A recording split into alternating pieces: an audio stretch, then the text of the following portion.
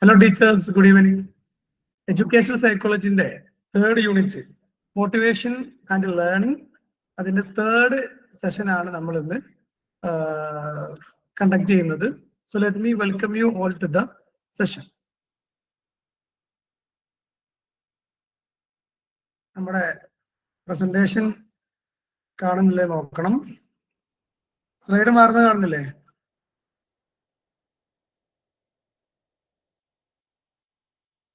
Yes, sir.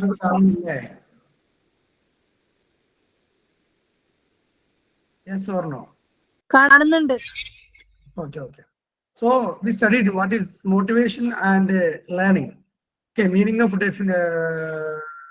and definition of motivation. Motive. Characteristics, kinds of motives. Then motivational theories of motivation. Then theory Maslow theory of hierarchical needs. Discuss okay. So Maslow's theory of hierarchical needs. Maslow needs and deficiency and growth. Deficiency need and growth need. Then self-actualizers then aspirational term, two types of motivation, merits and demerits, and motivational strategies in the classroom. As a teacher, how can we motivate the students?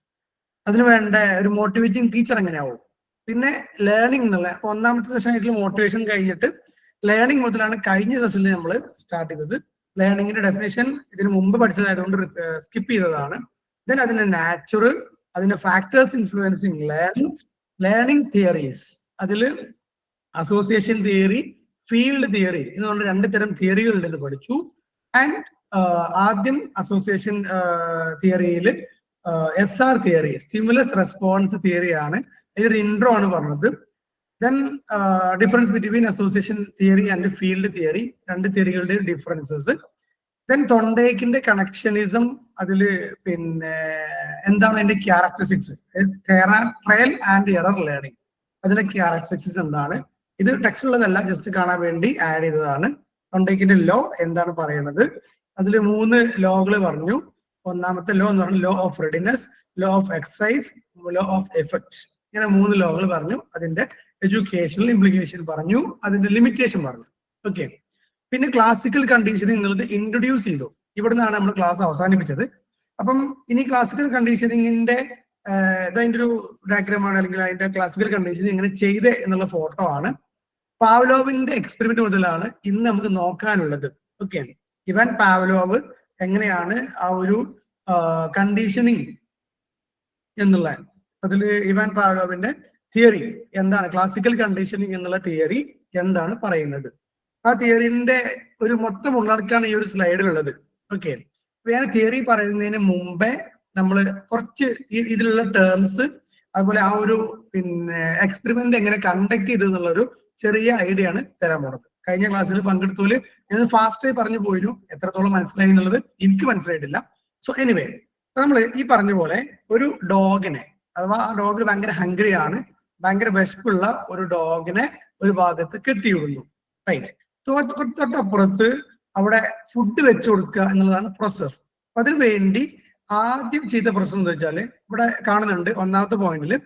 in the mouth of dog. The dog salivated. Food dog in the mouth, that means dog in the food right. നല്ല വിശപ്പുള്ള ഒരു നായന്റെ ഭാഗത്ത് നിർത്തുന്നു, അതിനെ കെട്ടിയിടുന്നു. ആ നായന്റെ മുന്നിൽ food കാണിച്ചു കൊടുക്കുന്നു. Okay, അപ്പൊ സ്വാഭാവികമായിട്ടും ആ നായക്ക് എന്തുണ്ടാവും? സലൈവേഷൻ ഉണ്ടാവും, വായിൽ വെള്ളം ഊറും, അല്ലെങ്കിൽ നമ്മുടെ വായിൽ സലൈവ് വരും. അത് എല്ലാവർക്കും വരും. നമുക്കൊക്കെ ബിരിയാണി കണ്ടാലോ ചിലപ്പോ ഇങ്ങനെ റോഡ് സൈഡിൽ പോകുമ്പോ അവിടെ ഇങ്ങനെ മറ്റേ കറങ്ങണ ചിക്കനില്ലേ, എന്തിനു പറയാം?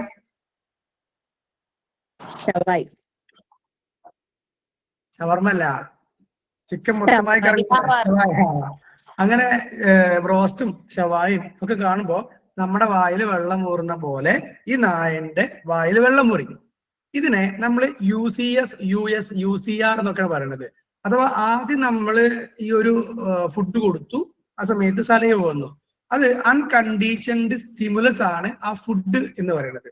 അഥവാ നമ്മൾ നായയുടെ വായിൽ വെള്ളം മൂറാൻ കാരണമാകുന്ന ഒരു എക്സ്റ്റേണൽ ആക്ഷൻ, അതാണ് നമ്മുടെ സ്റ്റിമുലസ് എന്ന് പറയുന്നത്. സോ നമ്മൾ ഫുഡ് കൊടുക്കുക എന്നുള്ള അൺകണ്ടീഷൻഡ് സ്റ്റിമുലസ്. ഇത് വേറെ എന്നോടും നമ്മൾ കണ്ടീഷൻ ചെയ്യുക ഒന്നും ചെയ്തിട്ടില്ല, ജസ്റ്റ് ഫുഡ് കൊടുത്തു, അപ്പൊ നായ്ക്ക് സലൈവ വന്നു. ഓക്കെ, അത് നായിലുള്ള റെസ്പോൺസ് ആണ് ആക്ച്വലി.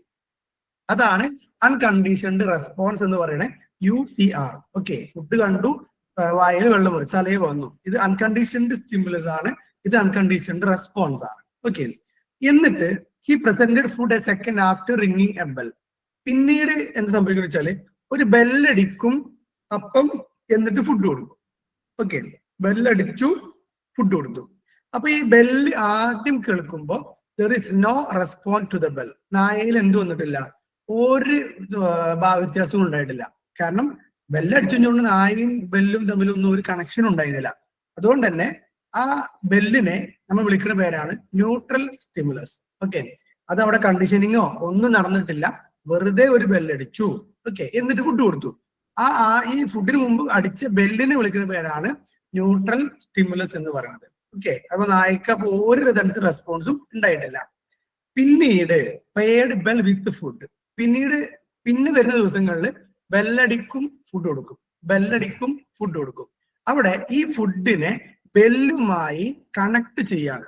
ഓക്കെ, ആ കണ്ടീഷൻ ചെയ്യാണ്. അഥവാ ബെല്ലടിച്ചാൽ ഫുഡ് കിട്ടും എന്നുള്ള ഒരു കോൺസെപ്റ്റിലേക്ക് നായയെ എത്തിച്ചു എന്നുള്ളതാണ് പറയുന്നത്. Paid bell with food about 15 days. Then the dog started salivation even hearing the bell sound. അപ്പൊ അങ്ങനെ 10-15 ദിവസം ബെല്ലടിച്ച് ഫുഡ് കൊടുത്തപ്പോ നായക്ക് മനസ്സിലായി ബെല്ല് കേട്ടാൽ ഫുഡ് കിട്ടും. അതുകൊണ്ട് തന്നെ നായ ബെല്ല് കേൾക്കുമ്പോൾ തന്നെ സലൈവ പ്രൊഡ്യൂസ് ചെയ്യാൻ തുടങ്ങി. അഥവാ ഫുഡിനോടുള്ള റെസ്പോൺസ് ആയിട്ടുള്ള സലൈവ പ്രൊഡ്യൂസ് ചെയ്യാൻ തുടങ്ങി എന്നുള്ളതാണ്. ഓക്കെ, അപ്പൊ അതാണ് കണ്ടീഷൻഡ് സ്റ്റിമുലസ് എന്ന് പറയുന്നത്. അവിടെ നമ്മൾ കൊടുക്കുന്ന ബെല്ല് കണ്ടീഷൻഡ് സ്റ്റിമുലസ് ആണ്. അത് ആ ബെല്ല് കിട്ടിയാൽ ഫുഡ് വരും എന്ന് നായ കണ്ടീഷൻ ചെയ്തു എന്നുള്ളതാണ് ഈ ഒരു തിയറി പ്രകാരം പഠിക്കേണ്ടത്. അപ്പൊ അതിൽ പറഞ്ഞ സ്റ്റേജ് 1 ബിഫോർ കണ്ടീഷനിങ് എന്ന് പറഞ്ഞതാണ് അൺകണ്ടീഷൻഡ് സ്റ്റിമുലസ്. അത് നമ്മൾ എന്താണ്, ഫുഡ് കൊടുത്തു എന്നുള്ളതാണ് അൺകണ്ടീഷൻഡ് റെസ്പോൺസ്, സലൈവ വന്നു എന്നുള്ളതാണ്. ദെൻ എന്താണോ നോ സ്പെസിഫിക് റെസ്പോൺസ് എന്ന് വെച്ചാല് അവിടെ നമ്മൾ ശരിക്ക് ഒരു ന്യൂട്രൽ സ്റ്റിമുലസ് ആണ് ആക്ച്വലി. ഓക്കെ, അത് കണ്ടീഷൻഡ് സ്റ്റിമുലസ് നമുക്ക് പറയാം, പിന്നീട് ബെല്ലിങ്ങനെ കണ്ടീഷൻഡ് സ്റ്റിമുലസ് ആയതാണ്. സ്റ്റേജ് 2 കൃത്യമായിട്ട് കണ്ടീഷൻഡ് സ്റ്റിമുലസ് വന്നു, അഥവാ ബെല്ല് വന്നു, പ്ലസ് അൺകണ്ടീഷൻഡ് റെസ്പോൺസ് ആയിട്ടുള്ള സലൈവ വന്നു. ഓക്കെ, അങ്ങനെ ഫുഡും വലുതും തമ്മിൽ ഇങ്ങനെ കണ്ടീഷൻ ചെയ്ത് പോകുമ്പോൾ കണ്ടീഷൻഡ് റെസ്പോൺസ് എന്നുള്ള ഒരു ഇതിലേക്ക് എത്തി എന്നുള്ളതാണ്. അഥവാ ബെല്ലടിക്കുമ്പോ തന്നെ നായയില് ആ സലൈവ വന്നു എന്നുള്ളതാണ് കണ്ടീഷൻഡ് റെസ്പോൺസ്. അഥവാ ആ ബെല്ലിനേറ്റ് എന്ത് ചെയ്തിട്ടാണ് ഈ നായന്റെ സലൈവ എന്നുള്ളതിനെ കണ്ടീഷൻ ചെയ്ത് വെച്ചിരിക്കുകയാണ്. ദെൻ സ്റ്റേജ് 3 പോകുമ്പോൾ കണ്ടീഷൻ ചെയ്ത് കഴിഞ്ഞാൽ കണ്ടീഷൻഡ് സ്റ്റിമുലസ് കൊടുത്താൽ മതി, കണ്ടീഷൻഡ് റെസ്പോൺസ് കിട്ടും. അഥവാ ബെല്ലടിച്ചാൽ മാത്രം മതി, നായയിൽ സലൈവ വരും എന്നുള്ളതാണ്. പിന്നീട് ഇങ്ങനെ ബെല്ലടിച്ച നായക്ക് എന്തായി, സലൈവ വന്നു, നായക്ക് ഫുഡ് എക്സ്പെക്ട് ചെയ്യാണ്. ഇനി ഇതുവരെ മനസ്സിലായോ? നമുക്ക് ഇതുവരെ മനസ്സിലായിട്ടുണ്ടോ? ഓക്കെ, ഇനി ഉണ്ടല്ലോ ഈ കണ്ടീഷൻഡ് സ്റ്റിമുലസ് ഇങ്ങനെ തുടർന്ന് പോലെ എന്ത് സംഭവിക്കാം, ബെല്ലടിച്ചു ഫുഡ് കൊടുത്തില്ല, ബെല്ലടിച്ചു ഫുഡ് കൊടുത്തില്ല, അങ്ങനെ വന്നാൽ ഈ കണ്ടീഷൻഡ് റെസ്പോൺസ് എന്ത് സംഭവിക്കും? അത് തുടരുമോ അതല്ല അത് ഇല്ലാണ്ടാവോ? ഇല്ലാണ്ടാവും. കാരണം കണ്ടീഷൻ റെസ്പോൺസ് എന്ത് ചെയ്യും, ഡിക്രീസ് ചെയ്യും. കാരണം ഈ നായ കുറച്ച് ദിവസമൊക്കെ എന്ത് ചെയ്യും, ബെല്ലടിച്ച ഫുഡിന് വെയിറ്റ് ചെയ്യും. പിന്നെ നായക്ക് മനസ്സിലാവും ബെല്ലടിച്ചിട്ട് കാര്യമില്ല, ഫുഡ് കിട്ടൂല, തിരിച്ച് അങ്ങോട്ടും കണ്ടീഷൻ ചെയ്യും. ഓക്കെ, അപ്പൊ നമ്മള് ഒരു മോട്ടിവേഷൻ കൊടുത്ത് അല്ലെങ്കിൽ ഒരാൾക്ക് പ്രവൃത്തി ചെയ്തു, ഒരു സമ്മാനം കൊടുത്തു, അങ്ങനെ കൊടുക്കുമ്പോൾ പിന്നീട് എന്ത് ചെയ്യണം, അത് ഇല്ലാതാവുമ്പോൾ ഉള്ള ഒരു ബുദ്ധിമുട്ടും കൂടി അവിടെ കാരണം. അത് അതിനെ കുറിച്ച് തിയറിയിൽ കൂടുതൽ പറയണില്ല കേട്ടോ. ഇവിടെ കണ്ടീഷൻഡ് സ്റ്റിമുലസ് കൊടുക്കുമ്പോൾ കണ്ടീഷൻഡ് റെസ്പോൺസ് അഥവാ സലൈവ എന്ന് പറയുന്ന ആ ഒരു ബിഹേവിയർ ഉണ്ടാക്കാൻ ഫുഡ് കൊടുത്തു, ഫുഡിന്റെ കൂടെ ബെല്ല് കൊടുത്തു, പിന്നെ ബെല്ല് മാത്രം കൊടുത്തപ്പോ ഇവിടെ സലൈവ വന്നു എന്നുള്ളതാണ് conditioned stimulus and conditioned response എന്ന് പറയുന്നത്. ഇതിന് എഡ്യൂക്കേഷണൽ ഇംപ്ലിക്കേഷൻ എന്താണെന്നുള്ളതാണ്. ഇതും ക്ലാസ് റൂം തമ്മിൽ എന്താ ബന്ധം, ഈ നായയും സലൈവയും ബെല്ലും കണ്ടീഷനിങ്ങും തമ്മിൽ എന്താണ് ബന്ധം? So classical conditioning is used in language learning by associating words with pictures or meaning. അല്ലെ, 1ാം ക്ലാസ് കുട്ടികൾക്ക് നമ്മൾ എങ്ങനെ വേർഡ്സ് പഠിപ്പിക്കുക?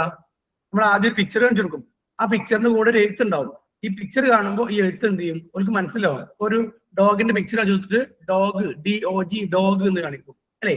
അങ്ങനെ നമ്മൾ എന്ത് ചെയ്യും, അവര് പിന്നീട് ഇങ്ങനെ ബുക്ക് വായിക്കും. എവിടെ വായിക്കുക, LKG UKG കുട്ടികൾ അവരെ ബുക്ക് വായിക്കണം എങ്ങോട്ട് നോക്കിയിട്ടാ, ആ പിക്ചർ നോക്കിയിട്ടാണ്. ആക്ച്വലി ആ എഴുത്തവർക്ക് വായിക്കാൻ കഴിയുന്നില്ല, പക്ഷെ അവർ ഇങ്ങനെ വായിച്ചു പോകും. കാരണം എന്താ, ഈ പിക്ചർ ഇവിടെ ഉണ്ട്, ആ പിക്ചർ കണ്ടാൽ എനിക്കറിയാം അത് ഡോഗ് ആണെന്ന്. അങ്ങനെ ഒരു LKG UKG കഴിഞ്ഞ് 1, 2, 3 ഒക്കെ ആകുമ്പോഴേക്ക് പതുക്കെ എന്ത് ചെയ്യും, ആ പിക്ചറിനെ അവിടുന്ന് റിമൂവ് ചെയ്യും. അങ്ങനെ അവരെന്ത് ചെയ്യണം, ആ ഒരു വേർഡ്സ് മാത്രം വായിച്ചു തുടങ്ങണം എന്നുള്ളതാണ് ഈ തിയറിയുടെ educational implication. Then it can be used to develop favorable attitude towards learning, teachers, subject, school, etc.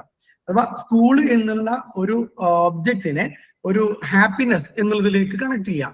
ആദ്യം സ്കൂൾ കാണുമ്പോഴൊന്നും ഫീൽ ചെയ്യില്ല, പിന്നീട് സ്കൂളിൽ പോകുമ്പോൾ ഹാപ്പിനെസ് കിട്ടും, സ്കൂളിൽ പോയാൽ ഫുഡ് കിട്ടും, സ്കൂളിൽ പോയാൽ ഫ്രണ്ട്സിന് കിട്ടും എന്ന് വരുമ്പോൾ അവരെന്ത് ചെയ്യും, സ്കൂൾ എന്ന് പറയുമ്പോൾ ഫ്രണ്ട്സ് ഉണ്ടല്ലോ എന്നുള്ള ആ ഒരു ഇതിലങ്ങോട്ട് അതിനോട് അറ്റാച്ച്ഡ് ആകും എന്നൊക്കെയാണ് പറയുന്നത്. Then developing good habits in children such as cleanliness, respect for elders, punctuality, etc. അങ്ങനെ നമ്മൾ എന്ത് ചെയ്യണം, ഒരു പങ്ക്ച്വലായി നീ എന്ത് ചെയ്യണം, കൃത്യമായിട്ട് വരുമ്പോ നിനക്ക് എന്ത് കിട്ടും, ഇവിടെ നിനക്കൊരു അപ്രീസിയേഷൻ കിട്ടും, നീ എൽഡേഴ്സിനെ റെസ്പെക്ട് ചെയ്താല് സന്തോഷം കിട്ടും. അങ്ങനെ പല മാറ്റേഴ്സിനോട് നമ്മുടെ ബിഹേവിയേഴ്സിനെ കണ്ടീഷൻ ചെയ്യണം എന്നാണ് ഈ തിയറിയിൽ പറയുന്നത്. Okay. Then breaking of bad habits and elimination of conditioned fear through the use of deconditioning process. നമുക്ക് എന്ത് ചെയ്യാം, ഈ ഡീകണ്ടീഷനിങ് ചെയ്യാം.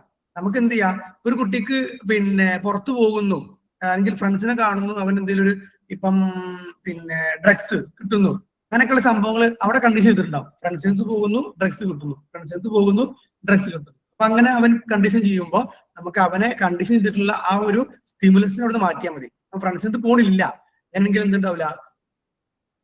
അങ്ങനെ അവരെന്തിനോടാണോ അറ്റാച്ച്ഡ് ആയിട്ടുള്ളത്, കണ്ടീഷനിങ് ആയിട്ടുള്ളത്, ആ കണ്ടീഷൻഡ് ആയിട്ടുള്ള വസ്തുക്കളെ മാറ്റി കൊടുത്താൽ ആ ഒരു ബാഡ് ബിഹേവിയർ കട്ട് ചെയ്യാനും സാധിക്കും എന്നുള്ള ഒരു ഇംപ്ലിക്കേഷൻ ഈ ഒരു തിയറിയിൽ ഉണ്ട്. ഇതിന് ലിമിറ്റേഷൻ ആണ്. Complex areas of learning involving generalisation, abstraction, reasoning, problem solving cannot be explained. ഇതിലൂടെ നമുക്കൊരു കുട്ടിനെ റീസണിങ്ങോ അല്ലെങ്കിൽ പ്രോബ്ലം സോൾവിങ്ങോ അങ്ങനെയുള്ള ഒരു വലിയ കോൺസെപ്റ്റുകൾ പഠിപ്പിക്കാൻ ബുദ്ധിമുട്ടുണ്ടാവുന്ന പറയണേ. ഒരു ബിഹേവിയർ പഠിപ്പിക്കാനൊക്കെ ഓക്കെയാണ്, അല്ലെങ്കിൽ ഒരു ആക്ഷൻ, ഒരു പ്രവൃത്തി വീണ്ടും വീണ്ടും ചെയ്യിപ്പിക്കാനൊക്കെ ഓക്കെയാണ്. പക്ഷെ അവരുടെ മെന്റൽ തോട്ട്, അവരുടെ കോഗ്നിഷൻ ഇതിലേക്കൊക്കെ എത്തിപ്പെടാൻ ബുദ്ധിമുട്ടാണ് എന്നുള്ളതാണ് ഇതിന്റെ ഒരു ലിമിറ്റേഷൻ. അതുപോലെ describe only learning method to emotional shaping and habit formation. ഇവിടെ ഒരു ഇമോഷണലി കണക്ട് ആക്കുകയാണ്. ഇമോഷണലി നമ്മുടെ ബിഹേവിയറിനെ കണക്ട് ചെയ്ത് അവരുടെ ഒരു ഹാബിറ്റ് ഫോം ചെയ്യുക എന്നുള്ളതാണ് ഈ ഒരു തിയറിന്റെ പ്രത്യേകത. അതുകൊണ്ട് തന്നെ വെറും ഇമോഷൻസും ബിഹേവിയർ ഫോർമേഷനിലും മാത്രമാണ് ഈ ഒരു തിയറി അപ്ലിക്കബിൾ ആവുക എന്നുള്ളതാണ്. കോഗ്നിറ്റീവ് ആയിട്ടുള്ള കാര്യങ്ങളിൽ റീസണിങ്ങിന് വേണ്ടിയിട്ടൊന്നും ഈ ഒരു തിയറി ഉപയോഗിക്കാൻ കഴിയില്ല. കാരണം നമ്മൾ നമ്മുടെ തലച്ചോറിനോട് ചോദിച്ച്, നമ്മുടെ ബുദ്ധിയോട് ചോദിച്ച് അതിന്റെ റീസണിലേക്ക് പോയി കാര്യങ്ങളെ മനസ്സിലാക്കുക എന്നുള്ളതൊന്നും ഇവിടെ ഇല്ല. ഇവിടെ നമ്മൾ പ്രവൃത്തി ചെയ്യാൻ വേണ്ടി നമുക്കൊരു കണ്ടീഷനും കിട്ടുന്നു. ഓക്കെ, അത് രണ്ടും നമ്മൾ കമ്പൈൻ ചെയ്യുന്നു, ആ പ്രവൃത്തി ഉണ്ടാവുമ്പോൾ ഇതും കൂടെ ഉണ്ടാവുന്നു, അങ്ങനെ ബിഹേവിയർ ഫോം ചെയ്യുന്നു എന്നുള്ളതാണ് ഈ ഒരു തിയറി പ്രകാരം നടക്കുക. അതുകൊണ്ട് തന്നെ കോഗ്നിറ്റീവ് ആയ പ്രോസസ്സുകൾക്ക് ഇതിൽ പ്രാധാന്യമില്ല, അല്ലെങ്കിൽ ലിമിറ്റേഷൻ ഉണ്ട് എന്നുള്ളതാണ് ഈ ഒരു തിയറിന്റെ പ്രത്യേകത. ഇനി ഇതിൽ കുറച്ച് ലോസ് ഓഫ് കണ്ടീഷനിങ് എന്ന് പറഞ്ഞിട്ട് ഒരു 4-5 ലോകൾ പറയുന്നുണ്ട്. ഓക്കെ, സിമ്പിൾ ആണ്, പെട്ടെന്ന് മനസ്സിലാവും എന്ന് വിശ്വസിക്കുകയാണ്. ലോ ഓഫ് കോസേഷൻ ആണ്, അഥവാ കോസ്. കാരണം നമുക്കറിയാം, a condition response is established by a series of connected pairing of conditioned stimulus and unconditioned stimulus. അഥവാ നമ്മളിൽ ഒരു റെസ്പോൺസ് ഉണ്ടാക്കാനേ തുടർച്ചയായി നമുക്ക് കണ്ടീഷൻഡ് സ്റ്റിമുലസ് കിട്ടിക്കൊണ്ടിരിക്കണം എന്നുള്ളതാണ്. തുടർച്ചയായി ബെല്ലടിച്ചുകൊണ്ട് നിന്നപ്പോഴാണ് ആക്ച്വലി അവരെന്ത് ചെയ്തത്, ആ ഒരു ഡോഗ് അതിന്റെ കൂടെ ഫുഡ് ഉണ്ട് എന്നുള്ളത് കണക്ട് ചെയ്തത്. അതുപോലെ തന്നെ തുടർച്ചയായി അംഗീകാരങ്ങൾ കിട്ടിക്കൊണ്ടിരിക്കണം, അപ്പോഴാണ് ഒരു നല്ല പ്രവർത്തനം ഞാൻ ചെയ്യുക, അല്ലെങ്കിൽ നല്ല പ്രവർത്തനം ചെയ്യാനുള്ള ഒരു മോട്ടിവേഷൻ കിട്ടുക എന്നുള്ളതാണ് law of causation. 2 law of experimental extinction ആണ്. ഇത് പറയുന്നത്, if the conditioned response is elicited without reinforcement by the presentation of the unconditioned stimulus. അഥവാ കണ്ടീഷൻഡ് റെസ്പോൺസ് റീഇൻഫോഴ്സ് ചെയ്തിട്ടില്ലെങ്കിൽ, അഥവാ വീണ്ടും വീണ്ടും നമ്മൾ ബെല്ലടിച്ച് ഫുഡ് കൊടുത്തിട്ടില്ലെങ്കിൽ, then conditioned response get weakened and finally disappears. ആ ബെല്ലടിച്ചു ഫുഡ് കൊടുത്തു, അങ്ങനെ തുടർന്നപ്പോൾ സലൈവ എന്നുള്ള കണ്ടീഷൻഡ് റെസ്പോൺസ് വന്നു. പക്ഷേ അൺകണ്ടീഷൻഡ് സ്റ്റിമുലസ് അഥവാ ഈ പറഞ്ഞ പോലെ ഫുഡ്, നമ്മൾ ആദ്യം കൊടുത്ത ഫുഡ് പിന്നീട് കിട്ടാതായാൽ കണ്ടീഷൻഡ് റെസ്പോൺസ് എന്ത് ചെയ്യും, വീക്കൻ ചെയ്യും. ബെല്ലടിച്ചാൽ മാത്രം പോരാ, കുറച്ച് ദിവസമൊക്കെ ബെല്ലടിച്ചാൽ സലൈവ് വരും, പക്ഷെ ബെല്ലടിച്ചാൽ ഫുഡും കൊടുക്കണം. ബെല്ലടിച്ചിട്ട് ഫുഡ് കൊടുക്കാതെ കുറെ ദിവസം തുടർന്നാൽ നമ്മുടെ കണ്ടീഷൻ റെസ്പോൺസ് ആയിട്ടുള്ള സലൈവ നിന്ന് പോകും എന്നാ പറയണത്. അപ്പൊ കുട്ടി നല്ല പ്രവൃത്തി ചെയ്തു, നമ്മൾ അപ്രീഷിയേറ്റ് ചെയ്തു, നല്ല പ്രവൃത്തി ഇങ്ങനെ തുടരും. പക്ഷെ നമ്മൾ അപ്രീസിയേഷൻ നിർത്തി കഴിഞ്ഞാൽ ആ നല്ല പ്രവൃത്തി നിൽക്കാനുള്ള സാധ്യത ഉണ്ട്. ദെൻ ലോ ഓഫ് ജനറലൈസേഷൻ ആണ് അതിൽ പറയുന്നത്, once the condition response is established, അഥവാ സലൈവ വന്നു, സലൈവ വരിക എന്നുള്ള ഒരു പ്രവർത്തനം റൂട്ടീൻ ചെയ്തു, എസ്റ്റാബ്ലിഷ് ചെയ്തു. It may be bring forth any stimulus similar to the original condition response. It may be bring forth, ഇതൊരു പക്ഷേ മുന്നോട്ട് പോകും അല്ലെങ്കിൽ പുതിയൊരു സംഭവം, any stimulus similar to the original condition response.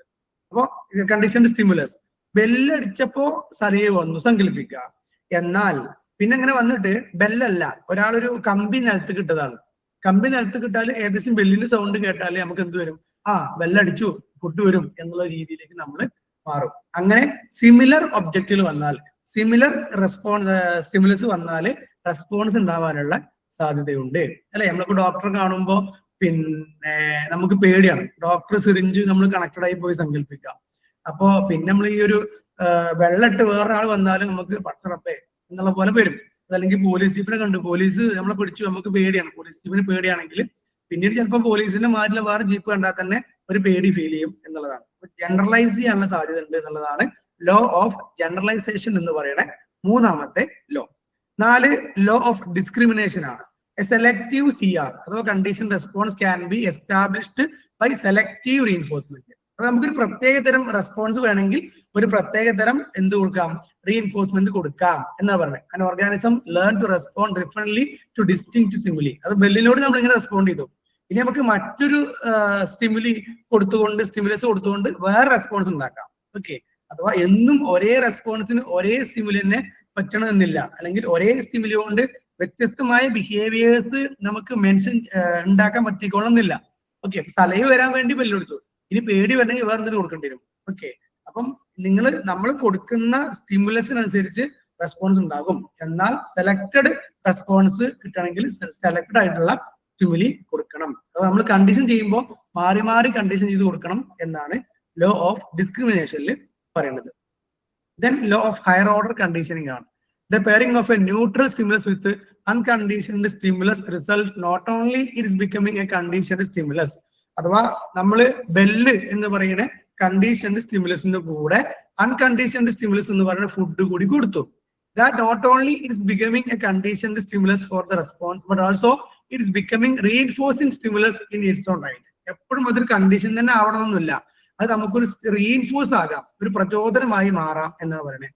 Bell കേട്ടു, ഓക്കെ, നമുക്ക് അത് ഇനി ഫുഡ് കഴിക്കാനുള്ള ഒരു പ്രചോദനമായി മാറാം. എപ്പോഴും കണ്ടീഷൻ ഇത് ബെല്ലടിക്കുമ്പോൾ തന്നെ ആ ഒരു കണ്ടീഷനിങ് തന്നെ സംഭവിക്കണമെന്നില്ല, അതൊരു റീഇൻഫോഴ്സ്മെന്റ് ആയി കൂടി മാറിയേക്കാം. നമ്മൾ ചിന്തിക്കും ബെല്ലടിച്ചല്ലോ, ഓക്കെ, ഫുഡിനുള്ള ലഞ്ച് ബ്രേക്കിന് സമയമായി എന്നുള്ള ആ ഒരു രൂപത്തിൽ.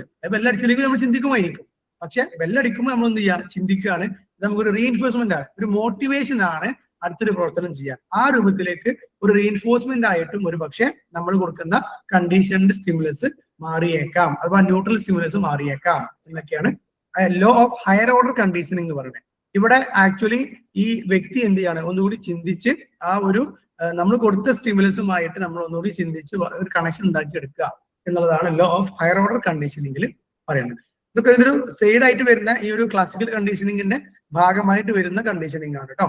Law of causation, law of experimental extinction, law of generalization, law of discrimination, and law of higher order conditioning.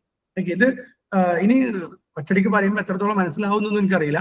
മനസ്സിലായില്ലെങ്കിൽ, നിങ്ങൾക്ക് തീരെ മനസ്സിലായില്ലെങ്കിൽ ഡൗട്ട് ആയിട്ട് നിങ്ങളൊന്ന് വായിച്ചു നോക്കിയിട്ട് ഒന്ന് ചോദിക്കാം, അല്ലെങ്കിൽ ജസ്റ്റ് ഗ്രൂപ്പിലോ അല്ലെങ്കിൽ പേഴ്സണലോ മനസ്സിലായിട്ടില്ലെങ്കിൽ ചോദിക്കാവുന്നതാണ്. എക്സാമ്പിൾ മുഖേന പറഞ്ഞുതരാം. കാരണം പെട്ടെന്ന് അൺകണ്ടീഷൻഡ് സ്റ്റിമുലസ്, കണ്ടീഷൻ റെസ്പോൺസ് ഒക്കെ പറയുമ്പോൾ നിങ്ങൾക്ക് കത്തിക്കോളണം എന്നില്ല, അതുകൊണ്ടാണ് പറയുന്നത് കേട്ടോ. സൗണ്ട് കേൾക്കില്ലേ? നിങ്ങൾ സ്വതന്ത്രമായി ഒന്ന് വായിച്ചു നോക്കുക, മനസ്സിരുത്തി വായിക്കുക. അപ്പൊ അൺകണ്ടീഷൻഡ് സ്റ്റിമുലസ് എന്ന് പറയുമ്പോൾ ആദ്യം കൊടുത്ത ബെല്ലാണ്, അൺകണ്ടീഷൻഡ് റെസ്പോൺസ് എന്ന് പറയുമ്പോൾ സലൈവയാണ്, കണ്ടീഷൻഡ് സ്റ്റിമുലസ് പറയുമ്പോൾ പിന്നീട് ബെല്ലും ഫുഡ് ഒന്നിച്ചു കൊടുക്കുമ്പോഴുള്ള ബെല്ലാണ്. അപ്പൊ അവിടെ കണ്ടീഷൻ റെസ്പോൺസ് പറയുമ്പോൾ ബെല്ല് കേൾക്കുമ്പോൾ സലൈവയാണ് എന്നുള്ള സാധനങ്ങൾ നിങ്ങൾക്ക് കിട്ടിയിട്ടില്ലെങ്കിൽ, മനസ്സിലായിട്ടില്ലെങ്കിൽ ചോദിക്കുക. അപ്പൊ പറഞ്ഞു കേട്ടോ. ഇനി റീഇൻഫോഴ്സ്മെന്റ് എന്നുള്ള ഒരു സംഭവമാണ്. റീഇൻഫോഴ്സ്മെന്റ് നമ്മൾ മോട്ടിവേഷൻ കൊടുക്കുന്ന പോലെ തന്നെയാണ്. Defined as A phenomenon in which a desired response when emitted is strengthened by presenting a reinforcer.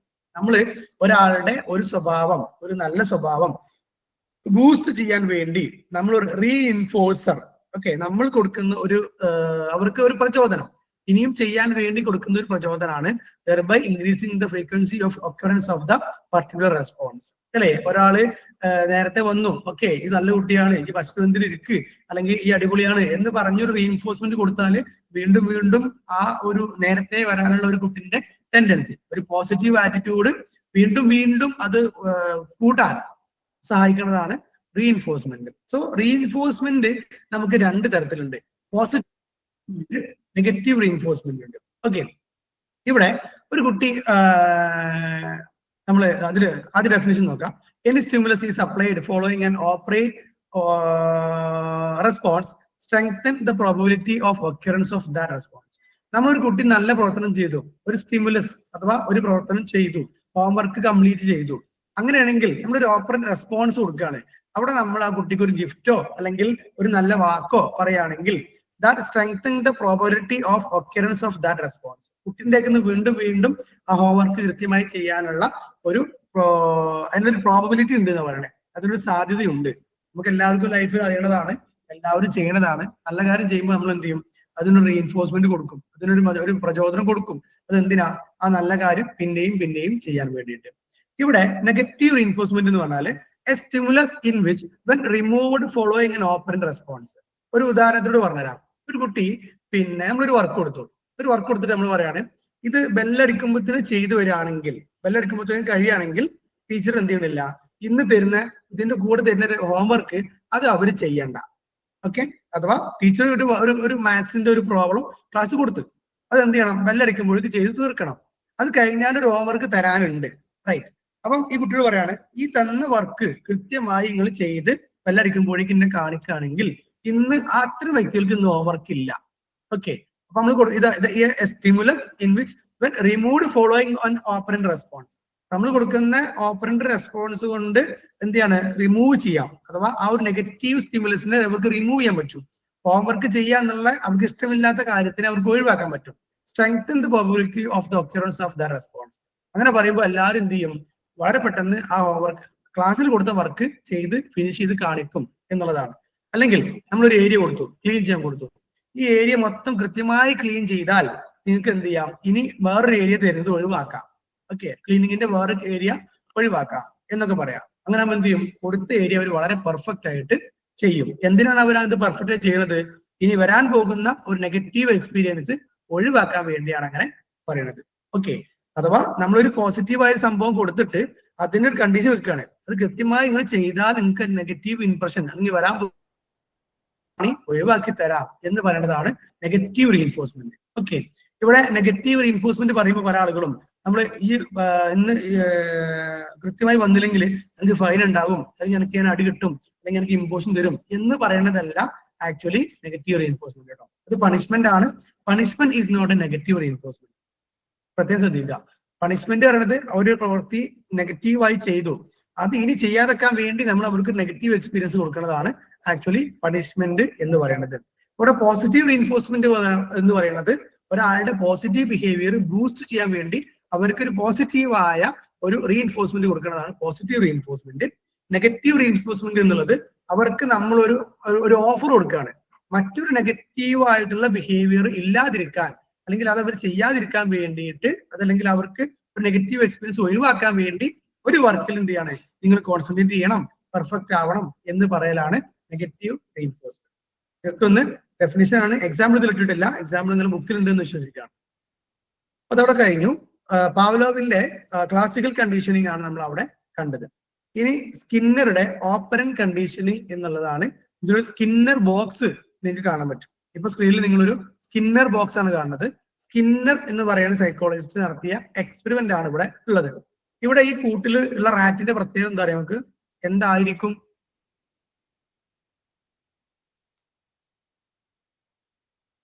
സ്കിന്നറിന്റെ ഈ ബോക്സിലുള്ള റാറ്റിന്റെ പ്രത്യേകത എന്തായിരിക്കും? ലിമിറ്റഡ് ആയിട്ടുള്ള കാര്യങ്ങളെ കിട്ടുന്നുള്ളൂ. എന്തോ ലിമിറ്റഡ് ആയിട്ടുള്ള കാര്യങ്ങളെ കിട്ടുന്നുള്ളൂ എന്നുള്ളതാണ്. അല്ല, നമ്മൾ നേരത്തെ പറഞ്ഞില്ലേ നായ്ക്ക് ഭയങ്കര വിശപ്പായിരുന്നു പറഞ്ഞില്ലേ?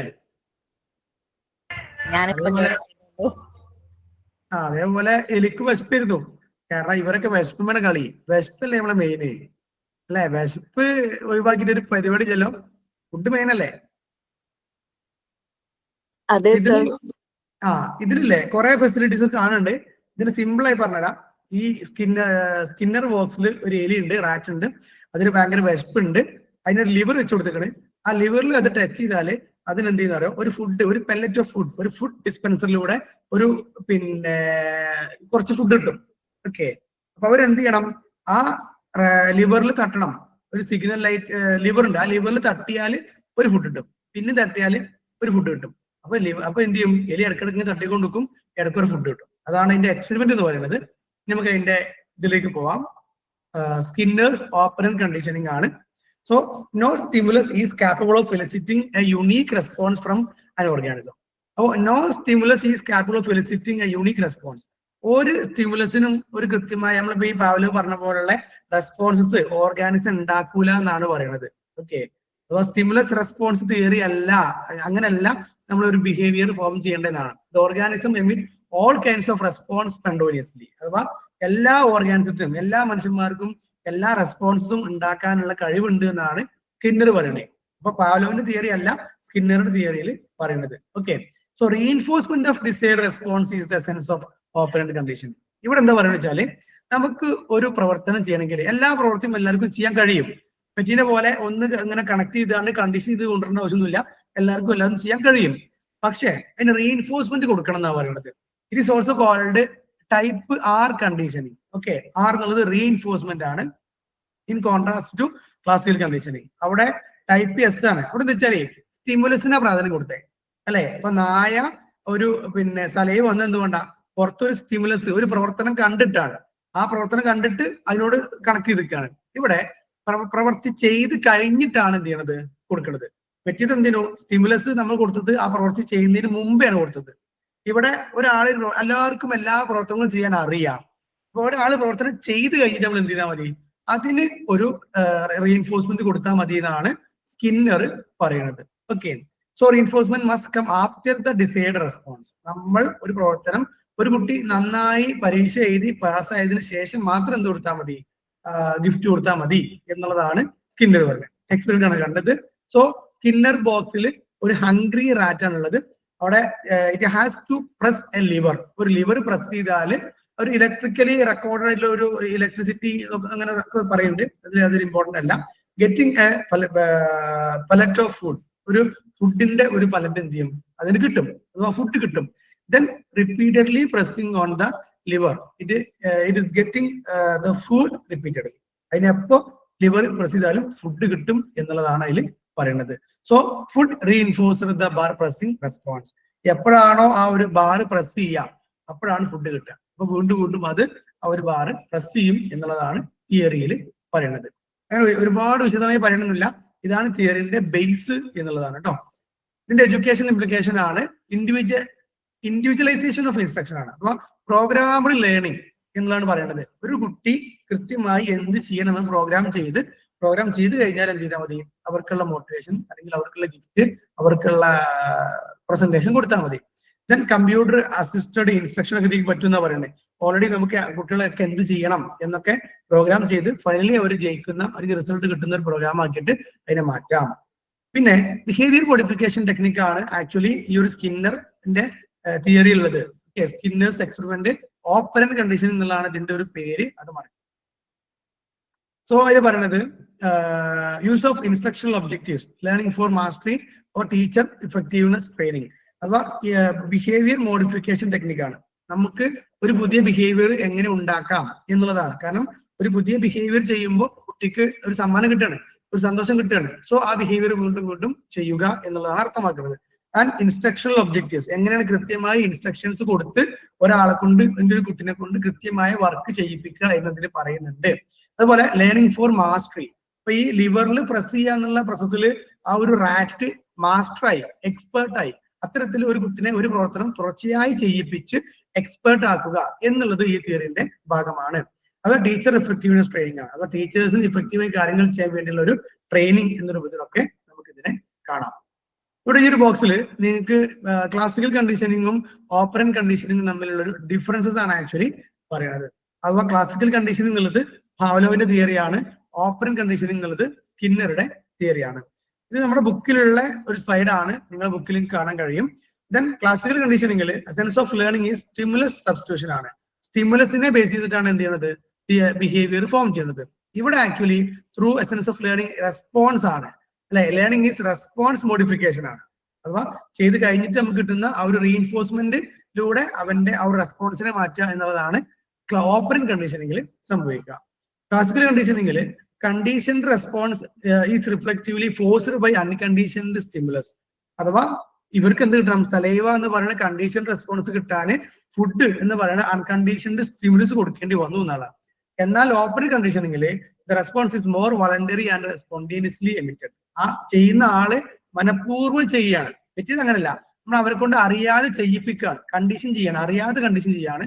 ഇവിടെ ആക്ച്വലി വളണ്ടറിലി ഒരാൾ എന്ത് ചെയ്യണം, ആ ലിവർ പ്രസ് ചെയ്യണം, അല്ലെങ്കിൽ ഓവർക്ക് തീർക്കണം, അല്ലെങ്കിൽ നേരത്തെ വരണം, അല്ലെങ്കിൽ സത്യം മാത്രം പറയണം.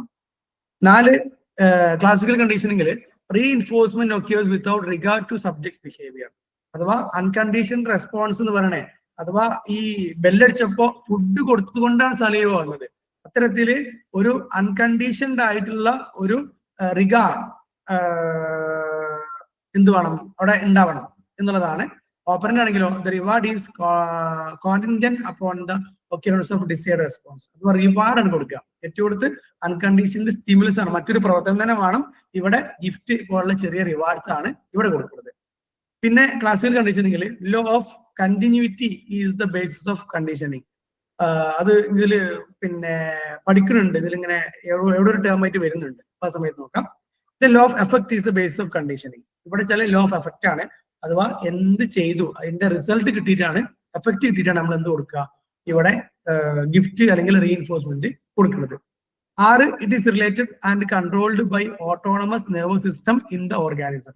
നമ്മൾ അറിയാതെ നമ്മുടെ ബ്രെയിനിലൂടെ കണക്റ്റഡ് ആകുന്ന ഒരു പ്രോസസ്സാണ് ക്ലാസിക്കൽ കണ്ടീഷനിങ് എന്ന് പറയുന്നത്. കാരണം ഫുഡ് വരുമ്പോൾ ഓട്ടോമാറ്റിക്കലി നമുക്ക് എന്ത് വരും, ബെല്ലടിക്കുമ്പോൾ ഫുഡ് എന്നൊരു ഓർമ്മ വരികയാണ് ഇവിടെ.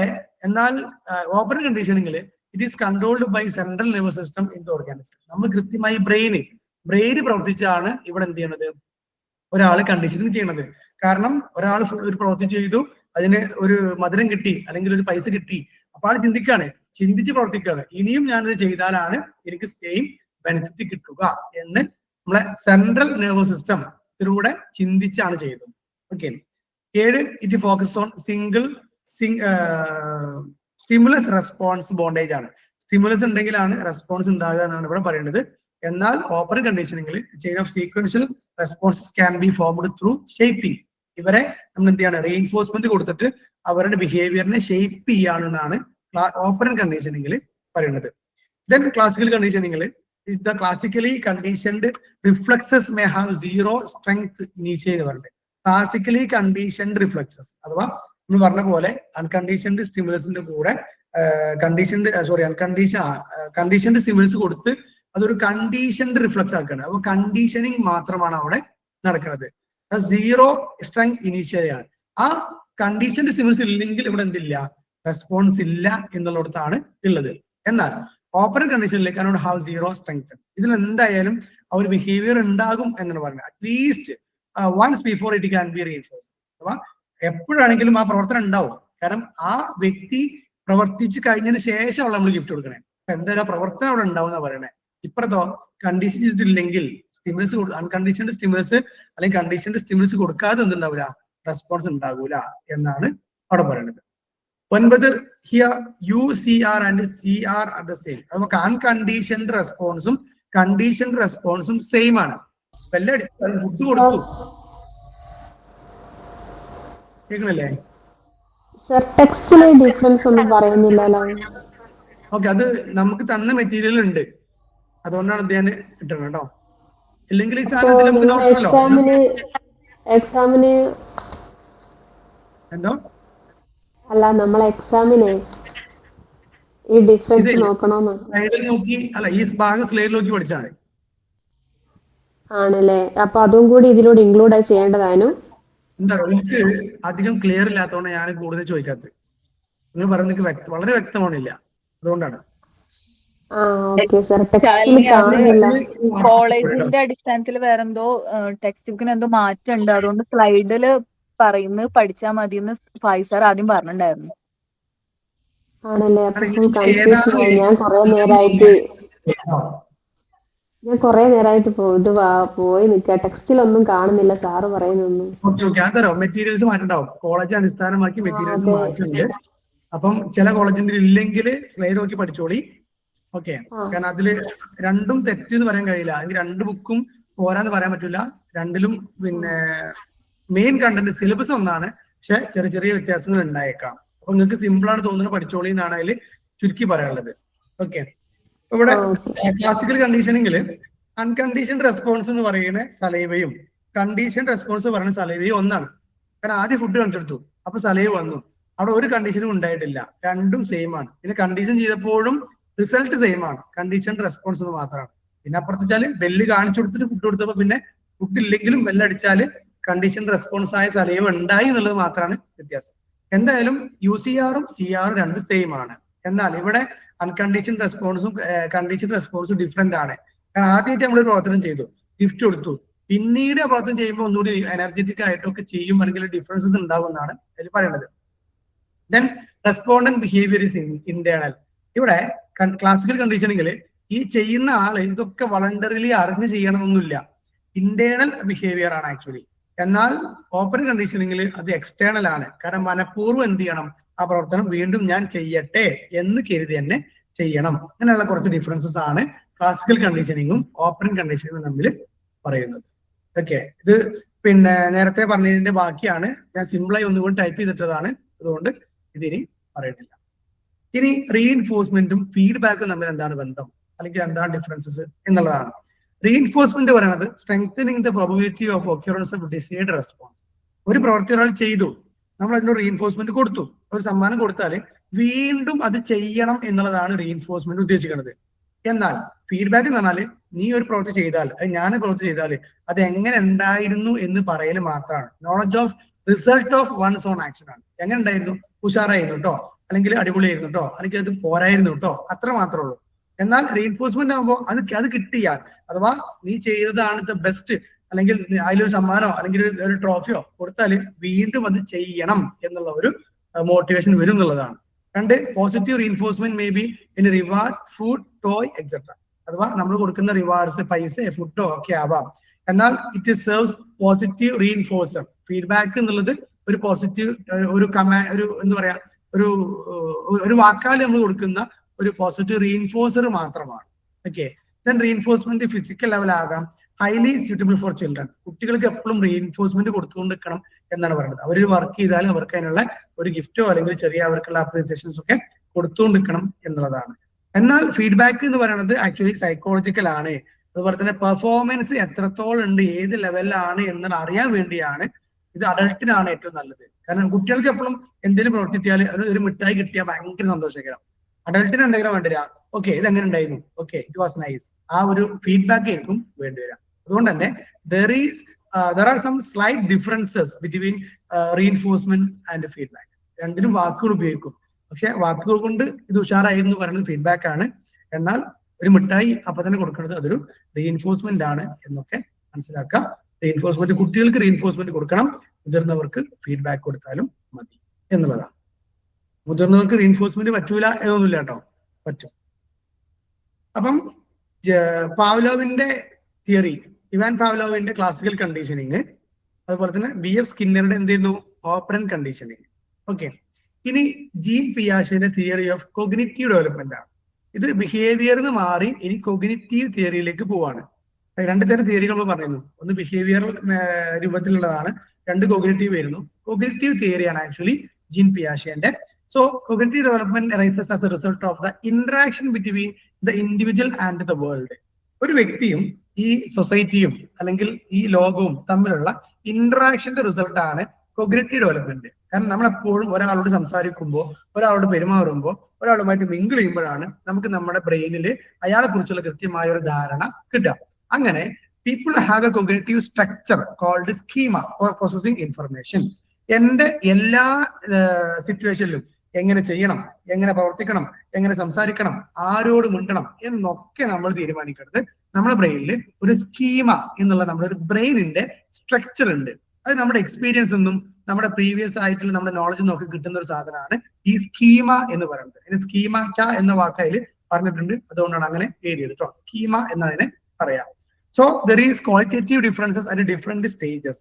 ഓരോരോ സ്റ്റേജിലും നമ്മുടെ സ്കീമിന്റെ ക്വാളിറ്റി ഡിഫറെന്റ് ആയിരിക്കും. അഥവാ നമ്മൾ കുട്ടിയായിരിക്കുമ്പോൾ നമുക്ക് സ്കീമ പവർഫുൾ ആവില്ല. നമുക്ക് ഇങ്ങനെ എക്സ്പീരിയൻസ് വരുന്നിടത്തോളം, ഈ ലോകവുമായി പരിചയം വരുന്നിടത്തോളം നമ്മുടെ സ്കീമ സ്ട്രെങ്തൻ ചെയ്യും. നമുക്ക് ഒരുപാട് ഇന്റലിജന്റ് ആയിട്ട് കൊഗ്നിറ്റീവായി ബുദ്ധി ഉപയോഗിച്ച് കാര്യങ്ങളെ മനസ്സിലാക്കാനും അണ്ടർസ്റ്റാൻഡ് ചെയ്യാനും ഇവാലുവേറ്റ് ചെയ്യാനും ഒക്കെ പറ്റും എന്നുള്ളതാണ് സ്കീമിന്റെ പ്രത്യേകത. സോ അക്കോർഡിംഗ് ടു ജീൻ പിയാഷെ, ഇതില് സ്പെല്ലിംഗ് ഒക്കെ നോക്കണം കേട്ടോ. പിയാജെറ്റ് എന്നൊക്കെയാണ് ഇതിൽ ഉണ്ടാവുക. ജീൻ പിയാഷെ എന്നാണ് പറയാ കേട്ടോ. To know an object one must act upon it either physically or mentally. ഒരു ഒബ്ജക്റ്റിനെ കുറിച്ച് കൃത്യമായി നമുക്ക് മനസ്സിലാക്കണമെങ്കിൽ, അല്ലെങ്കിൽ ഒരു വസ്തുത എന്താണ് നമുക്ക് മനസ്സിലാക്കണമെങ്കിൽ, നമ്മൾ ആ വസ്തുവിനോട് ഫിസിക്കലിയോ മെന്റലിയോ ഒന്ന് ആക്ട് ചെയ്യണം എന്നുള്ളതാണ്, ഒന്ന് പ്രവർത്തിക്കണം എന്നുള്ളതാണ്. സോ പ്രവർത്തിച്ച് പരിചയമുള്ള ആളുകൾക്കാണ് അതിനെക്കുറിച്ച് കൃത്യമായ ധാരണ ഉണ്ടാവുക. കാരണം എന്താ, അയാൾ ആ പ്രവർത്തനത്തെ കുറിച്ച് കൃത്യമായി ബുദ്ധിയിൽ ചിന്തിച്ച് കാര്യങ്ങൾ മനസ്സിലാക്കിയിട്ടുണ്ടാവും. അദ്ദേഹത്തിന് മെന്റൽ സ്ട്രക്ചർ അദ്ദേഹം ബിൽഡ് ചെയ്തിട്ടുണ്ടാവും. That is called schema. So schema എന്ന് പറയുന്നത് താഴെ കൊടുത്തിരിക്കുന്നു. Structured framework or organisational system used to represent knowledge, information and concept. അല്ലെ, ഇപ്പൊ എക്സാമിന് പോവാണ്. എക്സാമിന് പോകുമ്പോൾ എന്താണ് എക്സാം, എങ്ങനെയാണ് എക്സാമിന് അറ്റൻഡ് ചെയ്യേണ്ടത്, എന്താണ് അവിടെ ചെയ്യേണ്ടത് എന്ന് കൃത്യമായിട്ട് നമുക്കറിയാം. കാരണം എന്താ പറയുക, നമ്മൾ മുന്നേ എക്സാം എഴുതിയിട്ടുണ്ട്. അങ്ങനെ എക്സാം എഴുതിയപ്പോൾ എക്സാമിനെ കുറിച്ച് ഒരു സ്കീമ നമ്മുടെ ബ്രെയിനിൽ നമ്മൾ ഫോം ചെയ്തിട്ടുണ്ട് എന്നുള്ളതാണ്. Then the schemas are mostly physical action in the early development stage. നമ്മൾ കുട്ടിക്കാലത്ത് നമ്മൾ ചെയ്ത പ്രവർത്തനങ്ങൾ, കുട്ടിക്കാലത്ത് നമ്മൾ കടന്നുപോയ സിറ്റുവേഷൻസ്, അത് വെച്ചിട്ടാണ് ഒരാളുടെ സ്കീമ ബേസ് ചെയ്തിട്ടുള്ളത്, അല്ലെങ്കിൽ ഒരാളുടെ സ്കീമ കൺസ്ട്രക്ട് ചെയ്തിട്ടുള്ളത്. നമ്മൾ സാധാരണ പറയാറുണ്ട്, നമ്മുടെ കുട്ടിക്കാലത്ത് നമ്മളെ അനുഭവങ്ങളാണ് നമ്മളെ പേഴ്സണാലിറ്റി ഡെവലപ്പ് ചെയ്യുന്നതിന് കാരണമാവുക. ഒരാളൊരു 8 വയസ്സ് വരെ ഒക്കെ ഉള്ള സമയത്ത് എന്താണോ ചെയ്തത്, എന്താണോ കണ്ടത്, എന്താണോ എക്സ്പീരിയൻസ് ചെയ്തത്, അതിനെ ബേസ് ചെയ്തിട്ടാണ് അയാളുടെ പേഴ്സണാലിറ്റി ഡെവലപ്പ് ചെയ്ത് വരിക എന്നൊക്കെ പറയാറുണ്ട്. ആ പ്രായത്തിൽ ഇങ്ങനെ ഡിഫറൻസസ് ഉണ്ടെങ്കിലും കുട്ടിക്കാലത്തുള്ള ഒരു നമ്മൾ 18 താഴെ, എന്തായാലും 18 താഴെ ഒരാളുടെ എക്സ്പീരിയൻസസ് എന്താണോ അതിനനുസരിച്ചാണ് അയാളുടെ പേഴ്സണാലിറ്റി എന്ത് ചെയ്യുക, ഡെവലപ്പ് ചെയ്യുക, പേഴ്സണാലിറ്റി ഫോം ചെയ്യുക. ആ പേഴ്സണാലിറ്റി നമുക്ക് വേണ്ടി ഇവിടെ സ്കീമ എന്ന് വിളിക്കാം. കാരണം മെന്റൽ സ്ട്രക്ചർ ആണ് സ്കീമ എന്ന് പറയുന്നത്. And it become mental operations as the child grows into adolescence. അങ്ങനെ കുട്ടിക്കാലത്ത് ആ ഒരു വ്യക്തിക്ക് കിട്ടിയ സ്കീമകള് അത് ഓപ്പറേഷൻസ് ആയി, അവന്റെ ക്യാരക്ടറായി, അല്ലെങ്കിൽ അവന്റെ ബിഹേവിയറായി മാറി. അങ്ങനെയാണ് ആ കുട്ടി തന്റെ ആ ഒരു പ്രവർത്തനങ്ങളിലേക്ക് പോവുക. Each developmental stage has its own particular schemas. ഇപ്പോൾ ചൈൽഡ്ഹുഡ് ആണെങ്കിൽ, ബോയ്ഹുഡ് ആണെങ്കിൽ, adolescence, middle age, old age, decrepitude, ഏതൊരു പ്രായത്തിലും പുതിയ പുതിയ സ്കീമുകൾ അതല്ലെങ്കിൽ സ്കീമ ഡെവലപ്പ് ചെയ്ത് വരുന്നുണ്ട് എന്നുള്ളതാണ്. നമുക്കറിയാം, പ്രായം കൂടുമ്പോഴത്തോളം നമ്മൾ പറയും മെച്യൂരിറ്റി കൂടും, അല്ലെങ്കിൽ എക്സ്പീരിയൻസ് കൂടും, അല്ലെങ്കിൽ തിരിച്ചറിവ് കൂടും, അല്ലെങ്കിൽ വിസ്ഡം കൂടും എന്ന് നമ്മൾ പറയാറുണ്ട്. എന്തുകൊണ്ടാണ് പ്രായം കൂടുന്നിടത്തോളം എക്സ്പീരിയൻസ് അല്ലെങ്കിൽ നമുക്ക് തിരിച്ചറിവ് കൂടുന്നത്? പ്രായം കൂടുന്നിടത്തോളം നമുക്ക് അനുഭവങ്ങൾ കൂടുതലാണ്, റൈറ്റ്? അപ്പോ ശരിക്കും അവിടെ പ്രായമല്ല ഘടകം, അനുഭവങ്ങളാണ് ഘടകം. ഒരാൾക്ക് 20 വയസ്സ്, 20 വയസ്സുള്ള ഒരാള്, ഒരാൾക്ക് 30 വയസ്സുണ്ട്. ഇവിടെ ഈ 20 വയസ്സുള്ള ഒരാള് നമ്മളെ നാട്ടില് എല്ലാ കല്യാണ സൽക്കാരത്തിലും എല്ലാത്തിലും പോയി കുറെ എക്സ്പീരിയൻസ് നേടി സങ്കല്പിക്കാം.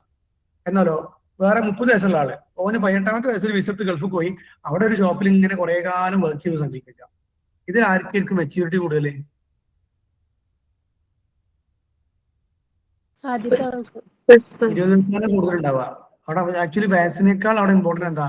എക്സ്പീരിയൻസ് ആണ്. അതുകൊണ്ട് തന്നെ we should provide some more experience to our students. നമ്മുടെ കുട്ടികൾക്ക് പരമാവധി അനുഭവങ്ങൾ കൊടുക്കാനാണ് നമ്മൾ ശ്രമിക്കേണ്ടത്.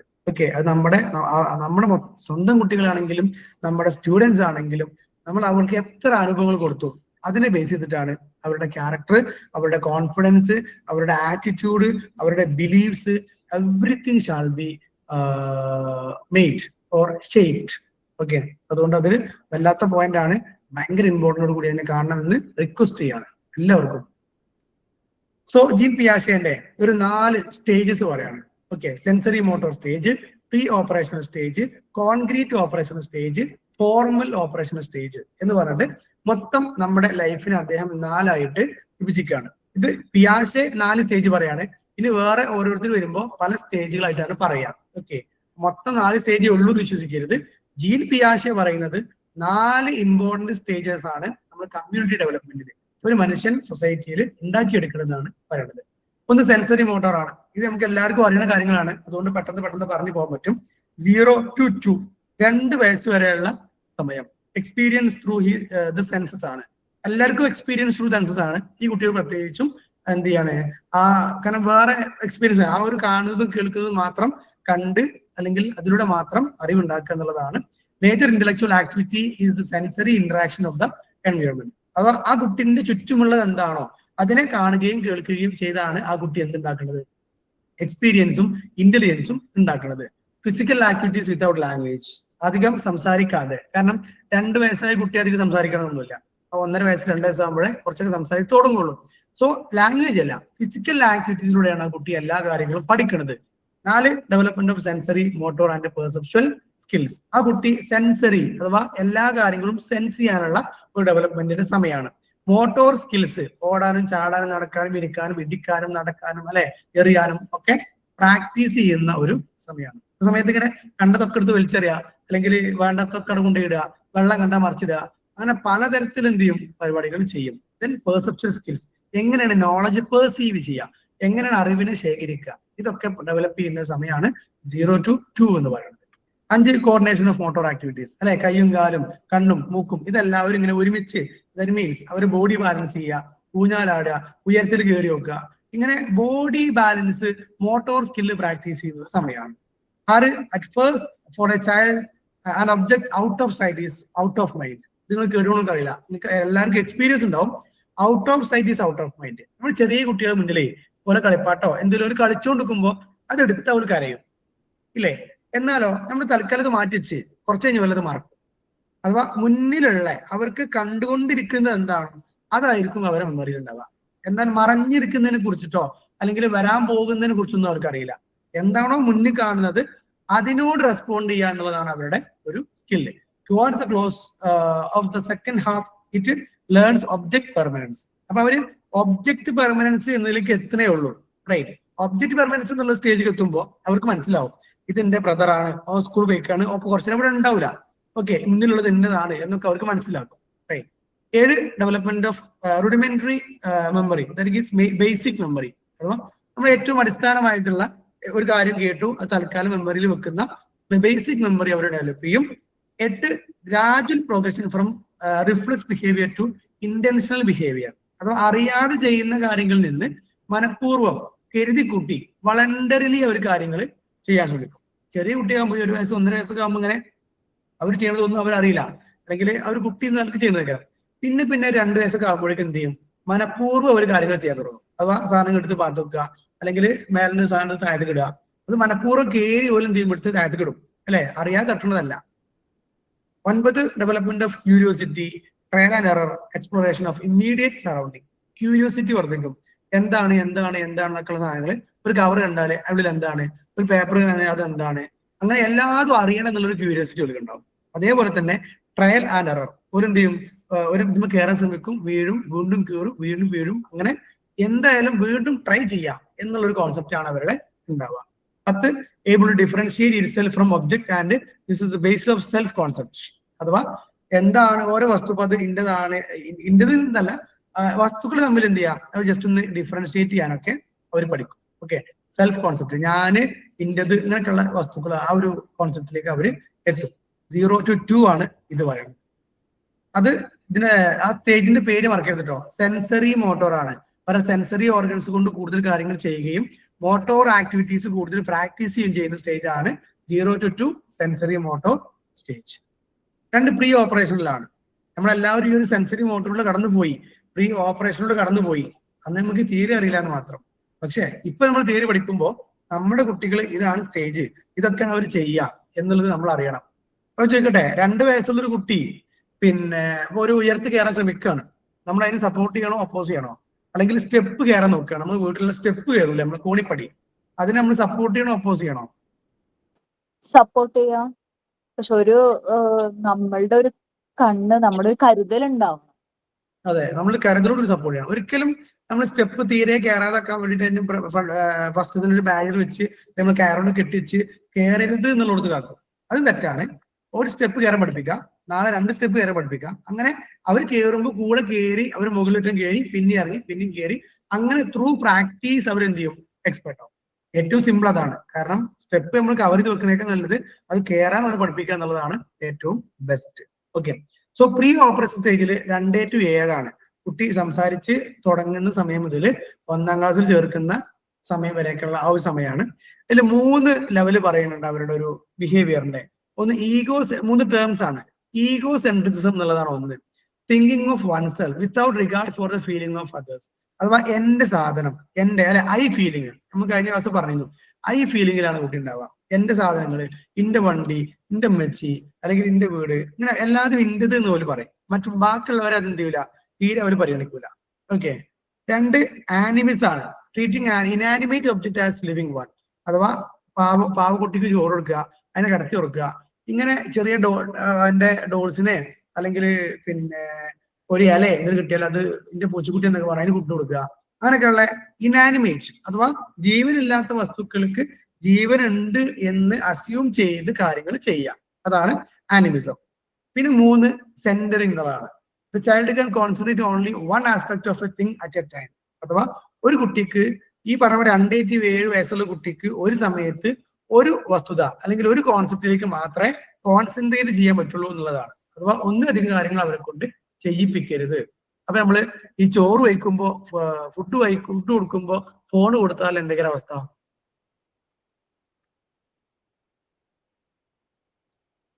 ആ കുട്ടി എടുക്ക് ശ്രദ്ധിക്കാം. ഫോണിലേക്ക് ശ്രദ്ധിച്ചെന്ത് പ്രശ്നം? ഫുഡ് പോലെ അകത്തേക്ക് പോലെ. ഫുഡിന്റെ ടേസ്റ്റ് അറിയില്ല. എന്തോ? ഫുഡിന്റെ ടേസ്റ്റ് മനസ്സിലാവില്ല. ഫുഡിന്റെ ടേസ്റ്റ് മനസ്സിലാവില്ല. പിന്നെ നമ്മളെ ബോഡി ഉണ്ടല്ലോ, ആ കുട്ടിന്റെ ശരീരം, തലച്ചോറ്, ഓർഗാനിസം, വയറ്, നെർവ്സ്, ഇതൊന്നും ഫുഡ് സ്വീകരിക്കാൻ തയ്യാറായിട്ടുണ്ടാവില്ല. അഥവാ ഫുഡ് കഴിക്കുമ്പോ നെർവ് സിസ്റ്റം ഉണരണം, അല്ലെ? നാക്ക് മുതൽ താഴോട്ടുള്ള എല്ലാ സിസ്റ്റവും, എല്ലാ ഓർഗാനിസവും എന്ത് ചെയ്യണം, പ്രവർത്തിക്കണം. അതിനുവേണ്ടി ബോഡി റെഡി ആവണം. പക്ഷെ ഇവിടെ ഫുഡ് കഴിക്കുമ്പോൾ ഫോൺ എടുത്താലേ ആ കുട്ടിന്റെ ഫുൾ കോൺസെൻട്രേഷൻ ഫോണിലായിരിക്കും ഉണ്ടാവുക. അപ്പം ഫുഡിലേക്ക് കുട്ടി കോൺസെൻട്രേറ്റ് ചെയ്യൂല. ഈ ഫുഡ് ആ കുട്ടിക്ക് ഹെൽത്തി ആകും എന്ന് നമുക്ക് ഒരിക്കലും ഉറപ്പ് പറയാൻ കഴിയില്ല എന്നുള്ളതാണ് അതിന്റെ ഒരു പ്രത്യേകത. സോ അത് ഒഴിവാക്കണം എന്നാണ് ഉപദേശിക്കാനുള്ളത്. പക്ഷെ that is impossible. Right? Possible. Okay. 4, due to centering, they cannot understand the objects are conserved even if they change their position or their shape altered. നമുക്ക് ഇതിന് ഒരു ഫോൺ കണ്ടിരിക്കുകയാണെങ്കിൽ ഈ സെന്ററിംഗ് ഉള്ളത് ഉണ്ടായതുകൊണ്ട് ഫോൺ കണ്ടുകൊണ്ടിരിക്കുമ്പോൾ ഓരോ എടുത്തവിടെ മാറ്റി വെച്ചാൽ ചിലപ്പോൾ അറിയില്ല. ഓരോ അടുത്തുള്ള എന്ത് വസ്തു എടുത്തുണ്ടായാലും അറിയില്ല. വേറെ ആൾ വിളിച്ചാൽ പോലും അറിയില്ല. അങ്ങനെ ഒന്നിലേക്ക് കോൺസെൻട്രേറ്റ് ചെയ്യുമ്പോൾ ചുറ്റുമുള്ളതൊന്നും ഒരു കാണൂല എന്നുള്ളതാണ് പറയുന്നത്. 5, cannot understand reversibility. അഥവാ ഇവർക്ക് ഇങ്ങനെ വന്നാലാണ് ഇങ്ങനെ സംഭവിക്കുക എന്നുള്ള റിവേഴ്സിബിൾ മെത്തേഡ്സ് തിരിയണമെന്നില്ല. അഥവാ ഞാന് ഓനെ തച്ചാൽ എനിക്ക് തിരിച്ചും കിട്ടും എന്നറിയണമെന്നില്ല. വലിയ ആളാണെങ്കിലും ഓല് ഇങ്ങനെ പൊട്ടിക്കും. അഥവാ ചെറിയ 2 വയസ്സുള്ള കുട്ടി എന്ത് ചെയ്യുന്നറിയോ, കാക്കാനെ തല്ലും. കാക്കാൻ തച്ച് കാക്ക കുറച്ച് തച്ചാൽ എന്ത് ചെയ്യും, തിരിച്ചു കിട്ടും, വേദനിക്കും എന്നുള്ളതൊന്നും ചിന്തിക്കില്ല. അങ്ങനെ തച്ചുകൊണ്ടിരിക്കും. ഓക്കെ, ഇത് 7 വയസ്സൊക്കെ ആകുമ്പോഴേക്കൊക്കെ തിരി കിട്ടോ. ഇത് 2 to 7 ഈ ഒരു ഫീച്ചേഴ്സ് ഒക്കെ വരികയാണ്. Then 6, consider their parents as omnipresent. That means being present everywhere. Parents എന്ന് പറഞ്ഞാൽ എന്ത് ചെയ്യണം, ഓംനി പ്രസന്റ് ആവണം. അതുപോലെ തന്നെ ഓംനിപൊട്ടന്റ് ആവണം. എല്ലായിടത്തും പാരന്റ്സ് വേണം. ഈ പാരന്റ്സിന് എല്ലാ കഴിവുണ്ടാവണം. എന്താവശ്യമെങ്കിലും ഒരു ഉമ്മനോട് അല്ലെങ്കിൽ ഉപ്പാനോട് പറയാം. ഇവർ കാരണം ഈ പാരന്റ്സ് എല്ലായിടത്തും ഉണ്ടാവും വേണം, എല്ലാതും അറിയും വേണം, എല്ലാതും കഴിയും വേണം. അങ്ങനെയൊക്കെയാണ് പാരന്റ്സ് എന്ന് പറഞ്ഞാല് ഓരോ ഹീറോകളാണ്. Okay. 7, inability to play any game following the rules. കൃത്യമായി റൂൾ ഫോളോ ചെയ്ത് ഗെയിം കളിക്കാൻ വയ്ക്കില്ല. ഒരു ഗെയിമൊക്കെ കളിക്കും, ഓർക്ക് ഓരോ നിയമങ്ങളൊക്കെ. ഇപ്പൊ ചെസ്സൊക്കെ കളിക്കും, പക്ഷെ എവിടെയാണ് ആരാണ് എങ്ങോട്ട് നീക്കേണ്ടതൊന്നുമില്ല. ഓരോ നീക്കും, അത് കളിക്കുക. അങ്ങനെയാണ് ഏത് ഗെയിം ആണെങ്കിലും കളിക്കും, പക്ഷെ അവരുടേതായ നിയമങ്ങളാണ് അവർക്ക് ഉണ്ടാവുക. അപ്പോൾ 2 സ്റ്റേജാണ് കഴിഞ്ഞത്. 1 sensory motor stage, 2 pre operational stage. 3 concrete operation stage ആണ്. 7 to 11. അഥവാ 1ാം ക്ലാസ് മുതൽ കുട്ടി ഒരു എത്ര ക്ലാസ് എത്തി? 5ാം ക്ലാസ്സിക്ക് 4ാം ക്ലാസ് ഒരു LP കാലഘട്ടം. Okay. The child masters various conservation concept. അഥവാ കൃത്യമായിട്ട് കോൺസെപ്റ്റുകൾ കുട്ടിക്ക് മനസ്സിലാവും. പാർട്സ് അല്ലെങ്കിൽ സ്പോർട്സ്, ടീച്ചർ, ഇങ്ങനെ പല കോൺസെപ്റ്റുകൾ കുട്ടിക്ക് അറിയും. Begins to perform logical manipulation. അഥവാ ലോജിക്സ് ഉപയോഗിച്ച് മാനിപ്പുലേറ്റ് ചെയ്യാൻ, ഇന്നതാണ് കാരണം, അങ്ങനെ വന്നാൽ ഇങ്ങനെയാണ് സംഭവിക്കുക എന്നൊക്കെ അവർക്ക് തിരിയും. Able for classification and seriation. അഥവാ ഇതിന്റെ സീരിയൽ, ഇതിന്റെ ബാക്കിയാണ്, അല്ലെങ്കിൽ ഇത് ഈ കാറ്റഗറി പെട്ടതാണ്, ഇത് ഇന്ന ആളതാണ്, ഇങ്ങനെ ക്ലാസിഫൈ ചെയ്യാനൊക്കെ അവർക്ക് പറ്റും. ഇതൊക്കെ ഫോർ മെന്റൽ റെപ്രസെന്റേഷൻ. നമ്മളൊരു കാര്യം പറഞ്ഞാലേ ഒരു മെന്റൽ ഇമേജ് ഉണ്ടാക്കാനൊക്കെ പറ്റും. ചിന്തിച്ചാണ്ട് ഓക്കെ അത് അങ്ങനെയാണല്ലേ, അത് ഇങ്ങനെയാണല്ലേ എന്നൊക്കെ പറയാൻ പറ്റും. പിന്നെ ട്രാൻസ്വേഴ്സിബിലിറ്റി ഈ ഉണ്ട് എന്ന് പറയണേ. ദെൻ ദേ ക്യാൻ അണ്ടർസ്റ്റാൻഡ്, ഇങ്ങനെ ഈ കോൺസെപ്റ്റ് ഉണ്ടല്ലോ, A = 2B, A = 2C, then they can understand BC. അത്തരത്തിലുള്ള കോംപ്ലക്സ് ആയ മാത്തമാറ്റിക്കൽ സിറ്റുവേഷൻസ് ഒക്കെ ഒരു പഠിച്ചു തുടങ്ങും. അത് 11ലേക്ക് എത്തുമ്പോഴത്തേക്ക് ആവുള്ളൂ എങ്കിലും. Then understanding decentering. നമ്മൾ നേരത്തെ പറയും centering. Think of more than 1 quality at a time. ഒന്നിലധികം കാര്യങ്ങൾ അവർക്ക് എന്ത് ചെയ്യാൻ പറ്റും, ഒരേ സമയത്ത് അവർ ചെയ്തു തുടങ്ങും. അഥവാ ഒന്നിലധികം 1-2 കാര്യങ്ങളിലേക്കൊക്കെ അവർക്ക് കോൺസെൻട്രേറ്റ് ചെയ്യാൻ പറ്റും എന്നുള്ളതാണ് പറയുന്നത്. 7 can play any game according to the rule. അവർ കുറച്ചുകൂടെയൊക്കെ നിയമങ്ങൾ പഠിച്ച് കളി തുടങ്ങും. And evaluate crime in terms of magnitude. ഓരോ തെറ്റും അതിന്റെ സീരിയസ്നെസ് എത്രത്തോളം ഉണ്ടെന്നൊക്കെ ചോദിച്ചാൽ അവർക്ക് മനസ്സിലാവും. ഇത് സിമ്പിളായി തെറ്റാണ്, ഇത് ഭയങ്കര തെറ്റാണ്, ഒരിക്കലും ചെയ്യാൻ പാടില്ലാത്തതാണ്, അങ്ങനെയൊക്കെ അവർക്ക് മനസ്സിലാക്കാൻ പറ്റും. 9 think that their point of view alone is possible and real. പക്ഷേ ഓരോ ചിന്ത എങ്ങനെ വെച്ചാൽ their point of view alone is possible and real. ഞാൻ ചിന്തിക്കുന്നത് തന്നെയാണ് ശരി, അഥവാ ഞാൻ പറഞ്ഞതാണല്ലോ ശരി എന്നുള്ളടത്ത് പോലും ഉണ്ടാവും. ഓക്കെ. അഥവാ അതേഴ്സ് പോയിന്റ് ഓഫ് വ്യൂല് ചിന്തിക്കാനുള്ള കപ്പാസിറ്റി അവർക്ക് കുറവായിരിക്കും. Then thinking is very rigid, do not understand relativistic ideas. അഥവാ റിജിഡ് ആണ്, അവർ കുറച്ചൊരു ഇടുങ്ങിയ ചിന്താഗതി ആയിരിക്കും, വിശാലമായ ചിന്താഗതികൾ കുറവായിരിക്കും. Then stage of formal operation stage 11 and above.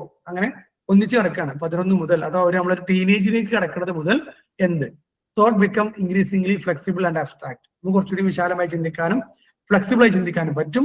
They can carry out systematic experiments. അല്ലെ, നമുക്ക് കീപ്പ് റെക്കോർഡ്, കൃത്യമായി സിസ്റ്റമാറ്റിക് കാര്യങ്ങൾ ചെയ്യാനും റെക്കോർഡ്സ് കീപ്പ് ചെയ്യാനും റൂൾസ് ഫോളോ ചെയ്യാനും understand abstract ideas and principles. നമ്മുടെ മുന്നിലില്ല, പക്ഷെ നമുക്ക് പറഞ്ഞാൽ മനസ്സിലാവും. അബ്സ്ട്രാക്ട് ഐഡിയാസിനെ മനസ്സിലാവും. ദൈവം അല്ലെങ്കിൽ റിലീജിയൻ, അങ്ങനെയുള്ള കുറെ കോൺസെപ്റ്റ് മനസ്സിലാവും. Attempt to solve the chemical problems. ഏതൊരു കെമിക്കൽ ഇഷ്യൂസ് ആണെങ്കിലും മാത്തമാറ്റിക്കൽ ഇഷ്യൂസ് ആണെങ്കിലും സൈക്കോളജിക്കൽ ആണെങ്കിലും ഒക്കെ അവർ ഡീൽ ചെയ്യാൻ ശ്രമിക്കും. And able to tackle any problem in a logical sequence. ഒരു പ്രശ്നം ഉണ്ടെങ്കിൽ കൃത്യമായിട്ട് അത് സീക്വൻഷ്യലി അല്ലെങ്കിൽ റീസണബിൾ ആയിട്ട് പരിഹരിക്കാൻ പറ്റും. Then start evaluating act. മുന്നിലുള്ള ആരെയും അവര് ഏത് പ്രവർത്തനയും അവർ ഇവാലുവേറ്റ് ചെയ്യും. ഇത് ശരിയാണ്, ഇത് തെറ്റാണ്, ഇത് ശരിയല്ല, ഇതിൽ ധർമ്മമുണ്ട് ഇല്ല എന്ന് പറയാൻ പറ്റും. Start believing that there could be many points of view. വ്യത്യസ്തമായ കാഴ്ചപ്പാടുകളിൽ ഒരു വിശ്വസിക്കും. അത് അദ്ദേഹത്തിന്റെ അഭിപ്രായമല്ലേ, നമ്മുടെതല്ലല്ലോ, അദ്ദേഹത്തിൻ്റെതല്ലേ, അദ്ദേഹം അങ്ങനെ പറയുന്നത് അദ്ദേഹത്തിന്റെ വിശ്വാസം അതായത് കൊണ്ടല്ലേ എന്ന രൂപത്തിൽ ഡിഫറെന്റ് പെർസ്പെക്റ്റീവ് ഒക്കെ കാണാൻ പറ്റും. Understand that is nothing absolute, everything is relative. അഥവാ എല്ലാം കണക്റ്റഡ് ആണ്, എല്ലാം റിലേറ്റീവ് ആണ് എന്നുള്ള കോൺസെപ്റ്റിലേക്ക് ഒക്കെ അവരെത്തും. അഥവാ ഇതൊരു മെച്ചുവേർഡ് ആയ ഒരു പേഴ്സന്റെ ചിന്താഗതികളാണ്. ഇനി ഈ തിയറിന്റെ എഡ്യൂക്കേഷണൽ ഇംപ്ലിക്കേഷൻസ് ആണ്. Acquisition of new structures of mental operation that permit the child to assimilate new experience. അഥവാ ഒരു മെന്റൽ ഓപ്പറേഷൻ, ഒരു മെന്റൽ സ്ട്രക്ചർ, ഒരു പുതിയ ആശയം കിട്ടിയാൽ കുട്ടി അതിനെന്ത് ചെയ്യും, അതൊരു പുതിയ എക്സ്പെരിമെന്റിലൂടെ അതിനെ മനസ്സിലാക്കിയെടുക്കാൻ പറ്റും. അതിന് അസിമിലേറ്റ് ചെയ്യും. തന്റെ നിലവിലുള്ള നോളജിലേക്ക് പുതിയ നോളജിനെ കുട്ടിക്ക് അഡോപ്റ്റ് ചെയ്യാൻ പറ്റും, അസിമിലേറ്റ് ചെയ്യാൻ പറ്റും എന്നുള്ളതാണ് ഒന്ന്. 2, emphasis on discovery approach in learning. Discovery learning, നമ്മൾ എക്സ്പ്ലോർ ചെയ്യാം, കണ്ടെത്തി പഠിക്കുന്ന രീതിയിലേക്ക് കുട്ടികൾക്ക് പോകാൻ പറ്റും. അതേപോലെ curriculum should provide specific educational experience. കുട്ടികൾക്ക് ഒരുപാട് എക്സ്പീരിയൻസസ് നമ്മുടെ കരിക്കുലത്തിൽ കൊടുക്കണം. കാരണം എക്സ്പീരിയൻസ് എന്നാണ് അവർ നോളജും അവർ വിസ്ഡവും അവർ ഉണ്ടാക്കിയെടുക്കുന്നത്. 4, arrange classroom activities so that assist and encourage self learning. അവരെന്ത് ചെയ്യണം, സെൽഫ് ലേണിംഗിൽ നമ്മൾ പ്രൊമോട്ട് ചെയ്യണം. അതിനുവേണ്ടി ക്ലാസ് റൂം ആക്ടിവിറ്റീസ് അറേഞ്ച് ചെയ്യണം എന്നാണ് പറയുന്നത്. അവർക്ക് ഒറ്റയ്ക്ക് പഠിക്കാനുള്ള കപ്പാസിറ്റി ഉണ്ട്, അതിലേക്ക് നമ്മൾ അവരെ എത്തിക്കണം. Then do not treat children as miniature adult. കുട്ടി വലിയവരെ പോലെ അവർ പെരുമാറരുത്. They think and learn differently from adults. കാരണം കുട്ടികൾ ഒരിക്കലും വലിയവരല്ല, കുട്ടികളുടെ ചിന്താഗതി വേറെയാണ്. അത് കുട്ടികളോട് എങ്ങനെയാണ് പെരുമാറേണ്ടത് അതനുസരിച്ചാണ് കുട്ടികളോട് പെരുമാറേണ്ടത്. അവരോട് അഡൾട്ടിന്റെ പോലെ അവരെ എക്സ്പെക്ട് ചെയ്യാൻ പാടില്ല. 6 curricular activities have equal importance as that of curricular experience in cognitive development of children. കുട്ടിയുടെ കോഗ്നിറ്റീവ് ഡെവലപ്മെന്റിന് അഥവാ ബുദ്ധി വികസനവുമായി ബന്ധപ്പെട്ട് കരിക്കുലർ എക്സ്പീരിയൻസിന് ഈക്വൽ പ്രാധാന്യം കൊടുക്കണം. അഥവാ അതേ പ്രാധാന്യം കരിക്കുലർ ആക്ടിവിറ്റികൾക്ക് ബാക്കിയുള്ള എല്ലാ ഡെവലപ്മെന്റിനും ഒരേപോലെ പ്രാധാന്യം കൊടുക്കണം. 7 fruitless pushing beyond A child stage as well as needless delay should be avoided. കുട്ടിനെ അനാവശ്യമായി പുഷ് ചെയ്യേണ്ട ആവശ്യമില്ല, അനാവശ്യമായി ഡിലേ ചെയ്യാൻ സമ്മതിക്കേണ്ടതില്ല. ഓക്കെ, അത് ഓവറായിട്ട് കുട്ടിനെ പഠിപ്പിക്കും വേണ്ട, പക്ഷെ ഡിലേ ആക്കുകയും വേണ്ട. Sufficient time should be provided. ഒരു കുട്ടിൻ്റെക്ക് ആ സ്റ്റേജിൽ നമ്മൾ എക്സ്പെക്ട് ചെയ്യുന്നത് മാത്രം കൊടുത്താൽ മതി. നമ്മൾ നേരത്തെ പറഞ്ഞില്ലേ, പ്രീ ഓപ്പറേഷൻ സ്റ്റേജിൽ ഒരു കുട്ടി ചെയ്യുന്ന കാര്യം ഒരു കുട്ടിനെ കോൺക്രീറ്റ് ഓപ്പറേഷൻ സ്റ്റേജ് ചെയ്യുന്ന ഒരു കുട്ടി ചെയ്യണം എന്ന് നിർബന്ധിക്കാൻ പാടില്ല. അല്ലെങ്കിൽ മെച്ചുവേർഡ് ആയ ഒരാൾ ചെയ്യുന്ന കാര്യം ലെസ് മെച്ചുവേർഡ് ആയ ആൾ ചെയ്യണം എന്ന് ഉപദേശിക്കാൻ പാടില്ല. അല്ലെങ്കിൽ ഹൈസ്കൂളിൽ പഠിക്കണ 18 വയസ്സായ ഒരാൾ ചെയ്യുന്ന പ്രവർത്തനങ്ങൾ അത് ഈ പറഞ്ഞ പോലെ LP സ്കൂളിൽ കുട്ടി ചെയ്യും എന്ന് നമ്മൾ എക്സ്പെക്ട് ചെയ്യാൻ പാടില്ല. Then moral and intellectual growth go together. Morality, moral ഡെവലപ്മെന്റും ഇന്റലക്ച്വൽ ഡെവലപ്മെന്റും ഇത് രണ്ടും ഒരുമിച്ചാണ് വളരുക എന്നാണ്. Only after the age of 11. 11 വയസ്സിന് ശേഷമാണ് അവരുടെ മൊറാലിറ്റി പറയേണ്ടത്, അവരുടെ ഇന്റലിജൻസിനെ കുറിച്ച് പറയേണ്ടതാണ്. Can think and evaluate action in the light of motifs. എങ്കിൽ മാത്രമാണ് അവർക്ക് അത് ഇവാലുവേറ്റ് ചെയ്യാനും അവരുടെ മോട്ടീവ് അനുസരിച്ച് അവർക്ക് അതിനെ ഇവാലുവേറ്റ് ചെയ്യാനൊക്കെ പറ്റുള്ളൂ. സോ മോറൽ ലൈഫ് എന്നുള്ളത് 11 വയസ്സിന് ശേഷം ആണ് അവരിൽ നിന്ന് നമ്മൾ എക്സ്പെക്ട് ചെയ്യേണ്ടത്. 9 active approach and usage of TLM advocated at primary class. നമ്മൾ ടീച്ചിങ് ലേണിംഗ് മെറ്റീരിയൽസ്, അതാണോ TLM എന്ന് പറയുന്നത്. നല്ല TLMകൾ ക്ലാസ്സിൽ ഉപയോഗിക്കണം. Then verbal method of teaching should be practiced only from high school classes. നമ്മൾ വെറും വാക്കുകൊണ്ട് മാത്രം എക്സ്പ്ലെയിൻ ചെയ്യുന്ന രീതി ഹൈസ്കൂളിൽ മാത്രം ചെയ്താൽ മതി. LP UP നമ്മൾ എന്ത് ചെയ്യണം, അവർക്ക് ഫോട്ടോസും വീഡിയോസും ടീച്ചിങ് എയ്ഡ്സും ഒക്കെ കാണിച്ചു കൊടുത്തിട്ട് വേണം ക്ലാസ് എടുക്കാൻ എന്നുള്ളതാണ് പറയുന്നത്. അപ്പം ഇവിടെ നമ്മൾ ലാസ്റ്റ് കണ്ടത് ജീൻ പിയാഷെന്റെ സ്റ്റേജസ് ആണ്. Okay, pre operational sensory motor, pre operational, concrete operational എന്നൊക്കെയുള്ള സ്റ്റേജസ് നമ്മളാണ് അവിടെ കണ്ടത്. അതുപോലെ stage of formal operational stage. നമ്മൾ ഏകദേശം ഈ ഒരു യൂണിറ്റിന്റെ അവസാന ഭാഗത്തേക്കൊക്കെ എത്തിയിട്ടുണ്ട്. ഇതിങ്ങനെ ഒന്ന് ഫിനിഷ് ചെയ്യാണ്. Then ജോൺ ഡ്യൂയിയുടെ തിയറി ഓഫ് കൺസ്ട്രക്റ്റിവിസം ആണ്. കൺസ്ട്രക്റ്റിവിസം എന്നുള്ളത് വെച്ചാൽ സ്റ്റുഡൻസിനെ അവരുടെ എൻവയോൺമെന്റിൽ നിന്ന് അവരുടെ നോളജ് കൺസ്ട്രക്ട് ചെയ്യണം എന്നുള്ളതാണ് കൺസ്ട്രക്റ്റിവിസത്തിന്റെ ബേസിക് കോൺസെപ്റ്റ്. ഓക്കെ, അതിൽ സോഷ്യൽ കൺസ്ട്രക്റ്റിവിസം എന്നൊക്കെയുള്ള സംഭവം വൈഗോഡ്സ്കിന്റെ സോഷ്യൽ കൺസ്ട്രക്റ്റിവിസം ഒക്കെ വരാനുണ്ട്. അതാണ് ഇപ്പൊ സ്കൂളിൽ വർക്ക് ചെയ്ത് കൊടുക്കുന്നത്. ഇവിടെ just constructivism. Okay, so knowledge construction എങ്ങനെയെന്നുള്ളതാണ് ഇതിൽ പറയുന്നത്. Get a new information from the environment ആണ്. പ്രകൃതിയിൽ നിന്നാണ് നമ്മൾ പുതിയ അറിവുകളൊക്കെ ഉണ്ടാകുന്നത്. So students have to communicate with environment എന്നുള്ളതാണ്. So process with previous knowledge. അതുപോലെ തന്നെ പ്രീവിയസ് നോളജിൽ നിന്ന് നമ്മൾ എന്ത് ചെയ്യുള്ളൂ, പുതിയ നോളജ് ഉണ്ടാക്കുക. അതേപോലെ എൻവയോൺമെന്റുമായുള്ള കമ്മ്യൂണിക്കേഷൻ വേണം. Make sense out of it and finally register it in the mind. അപ്പോൾ ഒരു എൻവയോൺമെന്റിൽ നിന്ന് കുട്ടി തന്റെ മുൻ അറിവുകളെ കണക്ട് ചെയ്ത് ഒരു പുതിയ സെൻസ് ഉണ്ടാക്കിയെടുത്തിട്ട് അത് ബ്രെയിനിൽ രജിസ്റ്റർ ചെയ്യുക എന്നുള്ളതാണ് ആക്ച്വലി നോളജ് കൺസ്ട്രക്ഷൻ എന്നുള്ള ഒരു പ്രോസസ്. അപ്പൊ നമുക്ക് എന്തൊക്കെ വേണം, എൻവയോൺമെന്റ് വേണം, അഥവാ എക്സ്പീരിയൻസ് സാഹചര്യങ്ങൾ വേണം, പ്രീവിയസ് നോളജ് വേണം, അതിൽ നിന്ന് സെൻസറിയിലൂടെ നമുക്ക് സെൻസ് ചെയ്യാൻ പറ്റണം. അങ്ങനെ നമ്മൾ എന്ത് ചെയ്യണം, ഒരു ന്യൂ നോളജ് ആയിട്ട് അതിനെ ഫോം ചെയ്യണം. Learning is not just copying information. അഥവാ ഒരാൾ പറഞ്ഞത് അങ്ങനെ കോപ്പി ചെയ്യലല്ല ലേണിംഗ് എന്ന് പറഞ്ഞാൽ. So learners examine the information received in the light of experience. പുതിയ ഒരു അറിവ് കിട്ടിയാലേ നമ്മൾ അങ്ങനെ വിശ്വസിക്കൂല. നമ്മൾ എന്താ ചെയ്യാറിയോ, മുന്നത്തെ നമ്മൾ എക്സ്പീരിയൻസ് വെച്ചിട്ട് ഇത് ശരിയാണോ, ഇത് തെറ്റാണോ, ഇത് പുതിയ അറിവാണോ, അതല്ല പഴയ അറിവാണോ എന്നൊക്കെ നമ്മൾ ഡിസ്റ്റിങ്വിഷ് ചെയ്യും എന്നുള്ളതാണ്. Then teacher plays the role of a guide, facilitator and co-explorer. Constructivism, teacher is a guide, teacher is a facilitator, teacher is a co-explorer. Teacher കൂടെ കുട്ടിയോട് സംസാരിച്ച് കുട്ടിയുടെ കൂടെ പഠന പ്രവർത്തനങ്ങളിൽ പങ്കെടുത്താണ് കുട്ടിയെ പഠിപ്പിക്കേണ്ടത്. എന്നാൽ നമ്മൾ ബിഹേവിയറിസം ക്ലാസ് റൂമിലൊക്കെ എന്തുണ്ടായത്, ടീച്ചർ ആണല്ല, ടീച്ചർ പറയുന്നു, കുട്ടികൾ കേൾക്കുന്നു. ഇവിടെ ടീച്ചറും കുട്ടികളും ഒരുമിച്ച് പഠിക്കുന്നു എന്നുള്ളത്. Then teacher provide suitable learning environment. കുട്ടികൾക്ക് ലേണിംഗ് എൻവയോൺമെന്റ് ഒരുക്കി കൊടുക്കുക എന്നുള്ളതാണ് ടീച്ചറുടെ പരമപ്രധാനമായിട്ടുള്ള ഒരു ഡ്യൂട്ടി എന്ന് പറയുന്നത്. Classroom environment facilities students to question challenge and formulate ideas, opinion and conclusion. We should arrange the classroom. How? There will be chances for the students to question. കുട്ടികൾക്ക് എന്ത് ഡൗട്ട് ഉണ്ടെങ്കിലും ചോദിക്കാനുള്ള ഒരു chance അവിടെ ഉണ്ടാവണം. കുട്ടികൾക്ക് challenge ചെയ്യണം, കുട്ടികൾക്ക് ഇങ്ങോട്ട് ചലഞ്ച് ചെയ്യാനും കുട്ടികൾ ചലഞ്ച് ചെയ്യപ്പെടാനുള്ള അവസരങ്ങൾ ഉണ്ടാവണം. അതുപോലെ തന്നെ new idea shall be formed and they can express their opinions etcetera. Okay, അതൊക്കെ ഉള്ള ക്ലാസ് റൂം ആണ് നോളജ് കൺസ്ട്രക്ഷൻ ഓർ കൺസ്ട്രക്റ്റിവിസം എന്ന് പറയുന്നത്. Then there is active engagement of the students and there is enquiry learning. കുട്ടികൾ അന്വേഷിച്ച് പഠിക്കണം. And problem solving. കുട്ടികൾക്ക് എപ്പോഴും ചില പ്രശ്നങ്ങൾ കൊടുത്താൽ മതി, അവരെന്ത് ചെയ്യട്ടെ, അത് കണ്ടെത്തി അതിന് സോൾവ് ചെയ്യട്ടെ, സൊല്യൂഷൻ കണ്ടെത്തട്ടെ. And collaboration. കുട്ടികൾ എന്ത് ചെയ്യണം, കൊളാബറേറ്റ് ചെയ്ത് പഠിക്കണം, അഥവാ ഗ്രൂപ്പ് ലേണിങ്ങിലൂടെ കാര്യങ്ങൾ പഠിക്കണം. കേൾക്കുന്നുണ്ടല്ലോ അല്ലേ? ഓക്കെ, ഞാൻ പറഞ്ഞല്ലോ എനിക്ക് സൗണ്ട് നിങ്ങളത് അധികം ക്ലിയർ ആവില്ല എന്നുള്ളത് കൊണ്ടാണ് ഞാൻ ഇതിനൊക്കെ എനിക്ക് പറഞ്ഞ് ചോദിക്കാനുണ്ട്. But I limit myself. Okay, ഞാൻ എന്നെ തന്നെ ലിമിറ്റ് ചെയ്തിട്ടാണ് പറഞ്ഞു കൊടുക്കുന്നത്. The nature of constructive learning ആണ് ഇത്. നേരത്തെ പറഞ്ഞതിന്റെ ഫീച്ചേഴ്സ് തന്നെയാണ് ഇതിന്റെ നാച്ചർ കേട്ടോ, ഒക്കെ ഒന്നിച്ച് പഠിച്ചാലും മതി. So construction of knowledge takes place in short term memory. അഥവാ ആദ്യം നമുക്ക് എല്ലാവർക്കും അറിയാം ഷോർട്ട് ടേം മെമ്മറിക്കാണ് പോവുക, വർക്ക് മെമ്മറിക്കാണ് പോവുക. പിന്നീട് നമ്മൾ എന്ത് ചെയ്യണം, കുട്ടികൾ അത് ലോങ് ടേം മെമ്മറിയിലേക്ക് മാറ്റണം. Then the learner uses the information and the knowledge already stored in his long-term memory.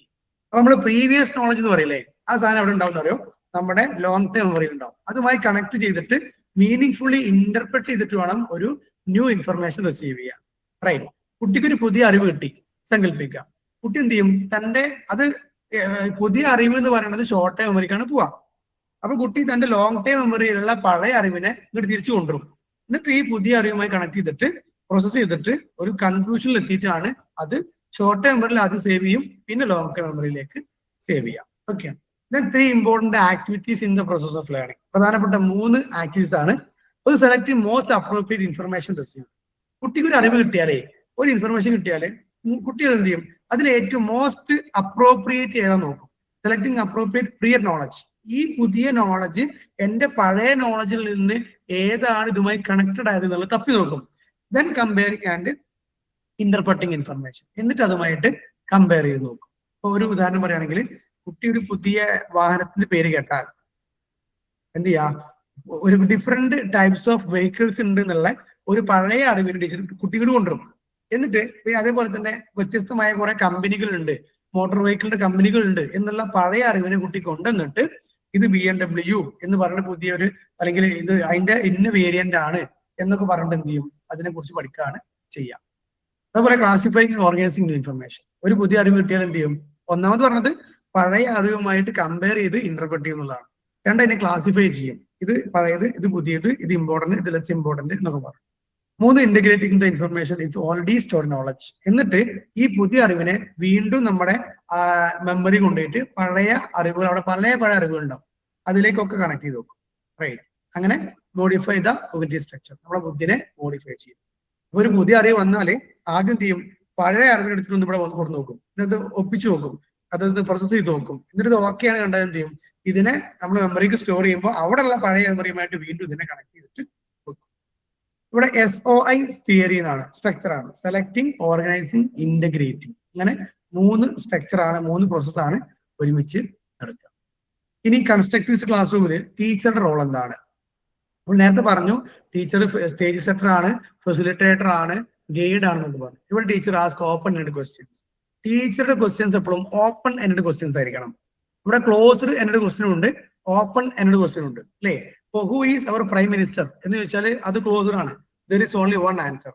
എന്നാൽ what is your view on politics എന്നൊക്കെ ചോദിക്കുകയാണെങ്കിൽ അത് ഓപ്പൺ ആണ്, ഓരോരുത്തർക്കും ഓരോ അഭിപ്രായങ്ങൾ പറയാൻ പറ്റും.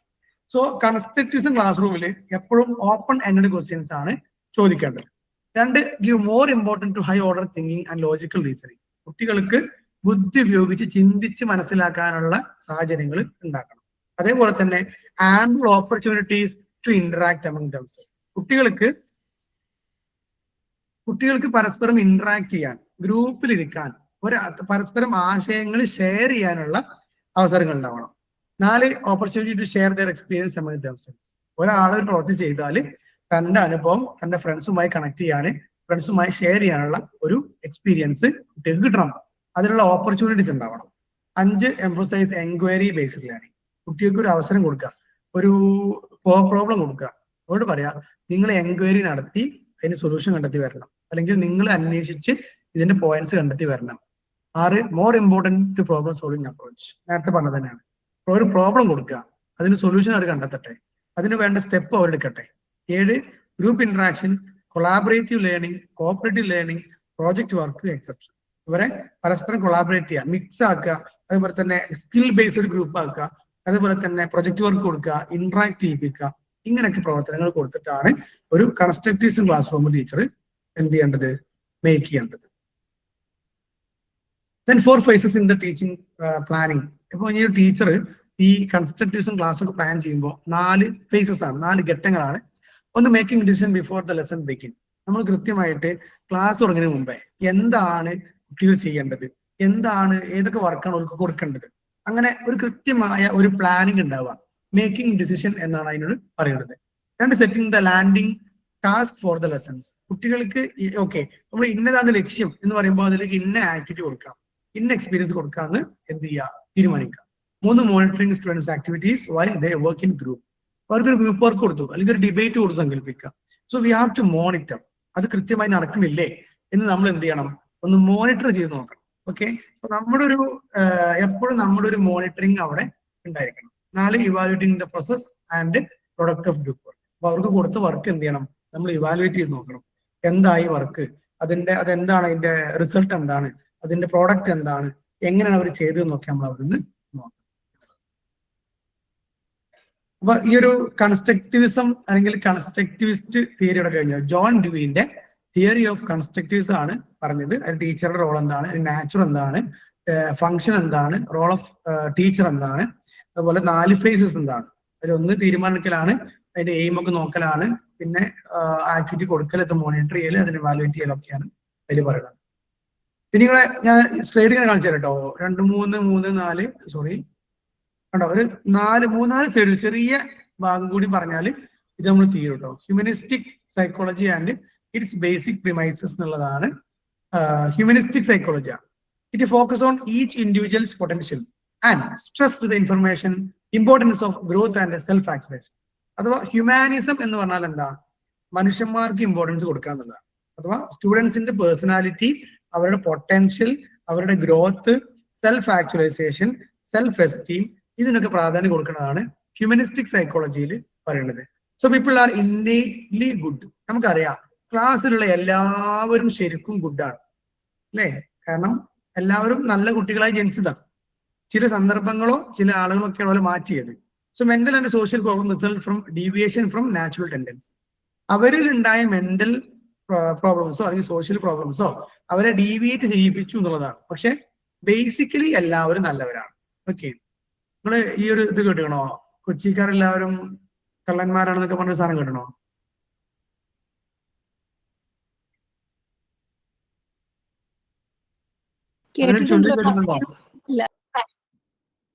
ക്ലിയർ ഇല്ല, ഞാൻ അടുത്ത ക്ലാസ് പറഞ്ഞുതരാം കേട്ടോ. കേട്ടിട്ടില്ലെങ്കിൽ അടുത്ത ക്ലാസ് ചോദിച്ചാൽ മതി. So people are innately good. Okay, അപ്പൊ ഈ പറഞ്ഞ പോലെ ആതിരയാണെങ്കിലും മുബീനാണെങ്കിലും ഞാനാണെങ്കിലും എല്ലാവരും ജനിച്ചപ്പോൾ നല്ലവരായിയാണ് ജനിച്ചത്. പിന്നെ ഓരൊക്കെ സ്വഭാവം മാറി, ഓരൊക്കെ നാശമായി, നമ്മൾ മാത്രം നന്നായി ഇങ്ങനെ നിൽക്കണം. So they look at human behaviour through നാശമായിട്ടില്ല അല്ലേ? ഓക്കെ, സോ ദേ അല്ല നാശമായിക്കണേ. കാരണം ഞാൻ ഇന്നലെ ആ വാത്തൂര് പോയപ്പോ അതിന് മുങ്ങില്ലേ മുള്ളം പറയുന്നത്. സർ ആ സമയത്ത് വന്നാൽ ഞാൻ ഉണ്ടാവില്ല, പിന്നെ എനിക്ക് വയ്യാത്തോണ്ട് ഞാൻ വീട്ടിലായിരുന്നു. സർ ഉച്ചന്റെ ഉള്ളിൽ വരും. അതിന്റെ സൗണ്ട് ക്ലിയർ ആയിട്ട് കേൾക്കുന്നുണ്ട് കേട്ടോ. അവിടെ വേറെ ആരൊക്കെ ചിലക്കാണ്, അത് ഭയങ്കര ചിലമ്പലാണ് കേൾക്കുണ്ടായത്. സോ നല്ല മനസ്സിലുണ്ടോ സർ? ചിലപ്പോ അതായിരിക്കും, ചിലപ്പോ. ഞാനേ കോളേജിലാണ്, അതാണ് ബെല്ലിങ്ങനെ അടിക്കുന്നത് കേട്ടോ. ഇവിടെ കുട്ടികളുണ്ട്, പോലെ ഹോസ്റ്റലിലേക്ക് പോകാൻ വേണ്ടി ബെല്ലടിക്കാം. So they look at human behaviour through the eyes of the person exhibiting the behaviour. നമ്മൾ എപ്പോഴും എന്താണ്, ഒരാള് എക്സിബിറ്റ് ചെയ്യുന്ന ബിഹേവിയർ വെച്ചിട്ടാണ് they look at human behaviour through the eyes of the person exhibiting. Okay, നമ്മൾ ഒരാൾ എന്ത് ബിഹേവിയർ ആണോ എക്സിബിറ്റ് ചെയ്യുന്നത് അതനുസരിച്ചാണ് നമ്മൾ എന്ത് ചെയ്യുക, അയാളെ കാണുക. ശരിക്കും ബേസിക്കലി നമ്മൾ മനസ്സിലാക്കേണ്ടത് എല്ലാവർക്കും ഒരു ഹ്യൂമനിസ്റ്റിക് വാല്യൂ ഉണ്ട്, എല്ലാവരും മനുഷ്യന്മാരാണ്, എല്ലാവരും നല്ലവരാണ് എന്നതാണ്. So they believe that an individual behavior is connected to his inner feelings. ഒരാള് എന്താണോ ബിഹേവ് ചെയ്യുന്നത് അത് അയാളുടെ ഇന്നറുമായി, ഇന്നർ ഫീലിങ്സുമായി, സെൽഫ് ഇമേജുമായി, സെൽഫ് കോൺസെപ്റ്റുമായി, കോൺഫിഡൻസുമായി, അദ്ദേഹത്തിന്റെ ആറ്റിറ്റ്യൂഡുമായിട്ടൊക്കെ കണക്റ്റഡ് ആണ്. അതായത് തന്റെ ഉള്ളിൽ എന്താണോ നടക്കുന്നത്, എന്താണോ ഞാൻ ചിന്തിക്കുന്നത്, അത് ബേസ് ചെയ്തിട്ടാണ് ഞാൻ ബിഹേവ് ചെയ്യുക. അതാണ് ഹ്യൂമനിസ്റ്റിക് സൈക്കോളജിയിൽ പറയുന്നത്. Then by enlightening an individual to correctly understand himself and his environment, this behavior could be corrected. അപ്പൊ അദ്ദേഹത്തിന് ഒരു enlightening an individual to correctly understand himself. ഒരു വ്യക്തിക്ക് തന്നെ കുറിച്ചോ അല്ലെങ്കിൽ തന്റെ എൻവയോൺമെന്റിനെ കുറിച്ചിട്ടോ കൃത്യമായ ഒരു ബോധം ഉണ്ടാവണമെങ്കിൽ, കൃത്യമായ കാഴ്ചപ്പാടുണ്ടെങ്കിൽ this behaviour could be corrected. അഥവാ ആ വ്യക്തിയോടുള്ള ബിഹേവിയറും ആ വ്യക്തിയുടെ ബിഹേവിയറും ഒക്കെ കറക്റ്റ് ചെയ്യപ്പെടണം എന്നുള്ളതാണ്. അപ്പൊ ചുറ്റുമുള്ള ആളുകൾ എന്നോട് നന്നായി പെരുമാറിയാൽ മാത്രമാണ് എനിക്ക് ചുറ്റുമുള്ളതിനോട് കൃത്യമായ ഒരു കാഴ്ചപ്പാടുണ്ടാവുള്ളൂ, അല്ലേ? കാരണം അവരെന്നോട് പെരുമാറിയതൊക്കെ മോശമായിട്ടാണെങ്കിൽ ഞാൻ പറയും എല്ലാവരും മോശക്കാരാണ് എന്ന് പറയും. ദെൻ കോൺട്രിബ്യൂട്ടേഴ്സ്, ഇതിന്റെ ഈ ഹ്യൂമനിസ്റ്റിക് സൈക്കോളജിന്റെ കോൺട്രിബ്യൂട്ടേഴ്സ് ആണ് Abraham Maslow, Carl Rogers, Rollo May, Gordon Allport etcetera. ഇതിനെ ഹ്യൂമനിസ്റ്റിക് സൈക്കോളജിസ്റ്റുകളാണ് ഇവർ. ദെൻ അവരുടെ വ്യൂ ഓഫ് ലേണിംഗ് ആണ്. ഹ്യൂമനിസ്റ്റിക് സൈക്കോളജി പ്രകാരം ലേണിംഗ് എങ്ങനെ നടക്കുക എന്നുള്ളതാണ്. So they define learning as a function of the whole person using his potential abilities fully. ഞാൻ എന്ത് ചെയ്യണം? എന്റെ ഫുൾ പൊട്ടൻഷ്യൽ എടുത്തുകൊണ്ട് വേണം എനിക്ക് ലേണിംഗ് എന്നുള്ളത് നടത്താൻ. Learning cannot take place without involving cognitive and effective domains. എന്റെ ഇഫക്റ്റീവ് ഡൊമൈൻ അല്ലെങ്കിൽ എന്റെ അഫക്റ്റീവ് ഡൊമൈൻ എന്ന് പറയട്ടോ, നമ്മുടെ മാനസികമായിട്ടുള്ള നമ്മുടെ ഇൻട്രസ്റ്റ്, നമ്മുടെ മെന്റൽ സെറ്റപ്പ്, കൊഗ്നിഷൻ, ഇതെല്ലാം നമ്മൾ കോൺട്രിബ്യൂട്ട് ചെയ്താലാണ് നമുക്ക് എന്തുണ്ടാവുക? ലേണിംഗ് നടക്കുക. അഥവാ എനിക്ക് പഠിയണമെങ്കിൽ ഞാൻ എന്ത് ചെയ്യണം? എന്റെ ബുദ്ധിയും എന്റെ ചിന്തയും എന്റെ താല്പര്യവും എല്ലാം ഞാൻ യൂസ് ചെയ്യണം എന്നുള്ളതാണ് പറയുന്നത്. സോ ഇത് നമ്മൾ കുട്ടികളെ പറഞ്ഞാൽ മനസ്സിലാക്കേണ്ട സാധനമാണ്. നിങ്ങൾക്ക് പഠിയണമെങ്കിൽ നിങ്ങൾ തന്നെ വിചാരിക്കണം, നിങ്ങളുടെ ലേണിംഗ് പ്രോസസ്സും ശരിയാവണം, നിങ്ങളുടെ തോട്ട് നന്നാവണം, നിങ്ങൾക്ക് ഇൻട്രസ്റ്റ് ഉണ്ടാവണം, നിങ്ങൾ ഇതിന് വാല്യൂ ചെയ്യണം, നിങ്ങൾ ഇതിനെ സീരിയസ് ആയി കാണണം എന്ന് പറഞ്ഞു കൊടുക്കണം. Okay, learning is fostered by structuring well the information presented. നമ്മൾ പ്രസന്റ് ചെയ്യുന്ന ഇൻഫർമേഷൻ അനുസരിച്ചാണ് ലേണിംഗ് എന്നുണ്ടാവുക, ഫോസ്റ്റർ ചെയ്യുക അല്ലെങ്കിൽ അത് ബൂസ്റ്റ് ചെയ്യുക. Providing for conscious choices and control of one's own action. തീർച്ചയായിട്ടും ഒരാൾക്ക് തന്റെ ആക്ഷൻസ്, തന്റെ ചിന്തകൾ, തന്റെ ചോയ്സസ്, തന്റെ കോൺഷ്യസ്നെസ് അതിനെ പ്രൊവൈഡ് ചെയ്യാനും അതിനെ മെയിൻറ്റെയിൻ ചെയ്യാനൊക്കെ പറ്റണം. Linking learning materials with the present needs of the learner.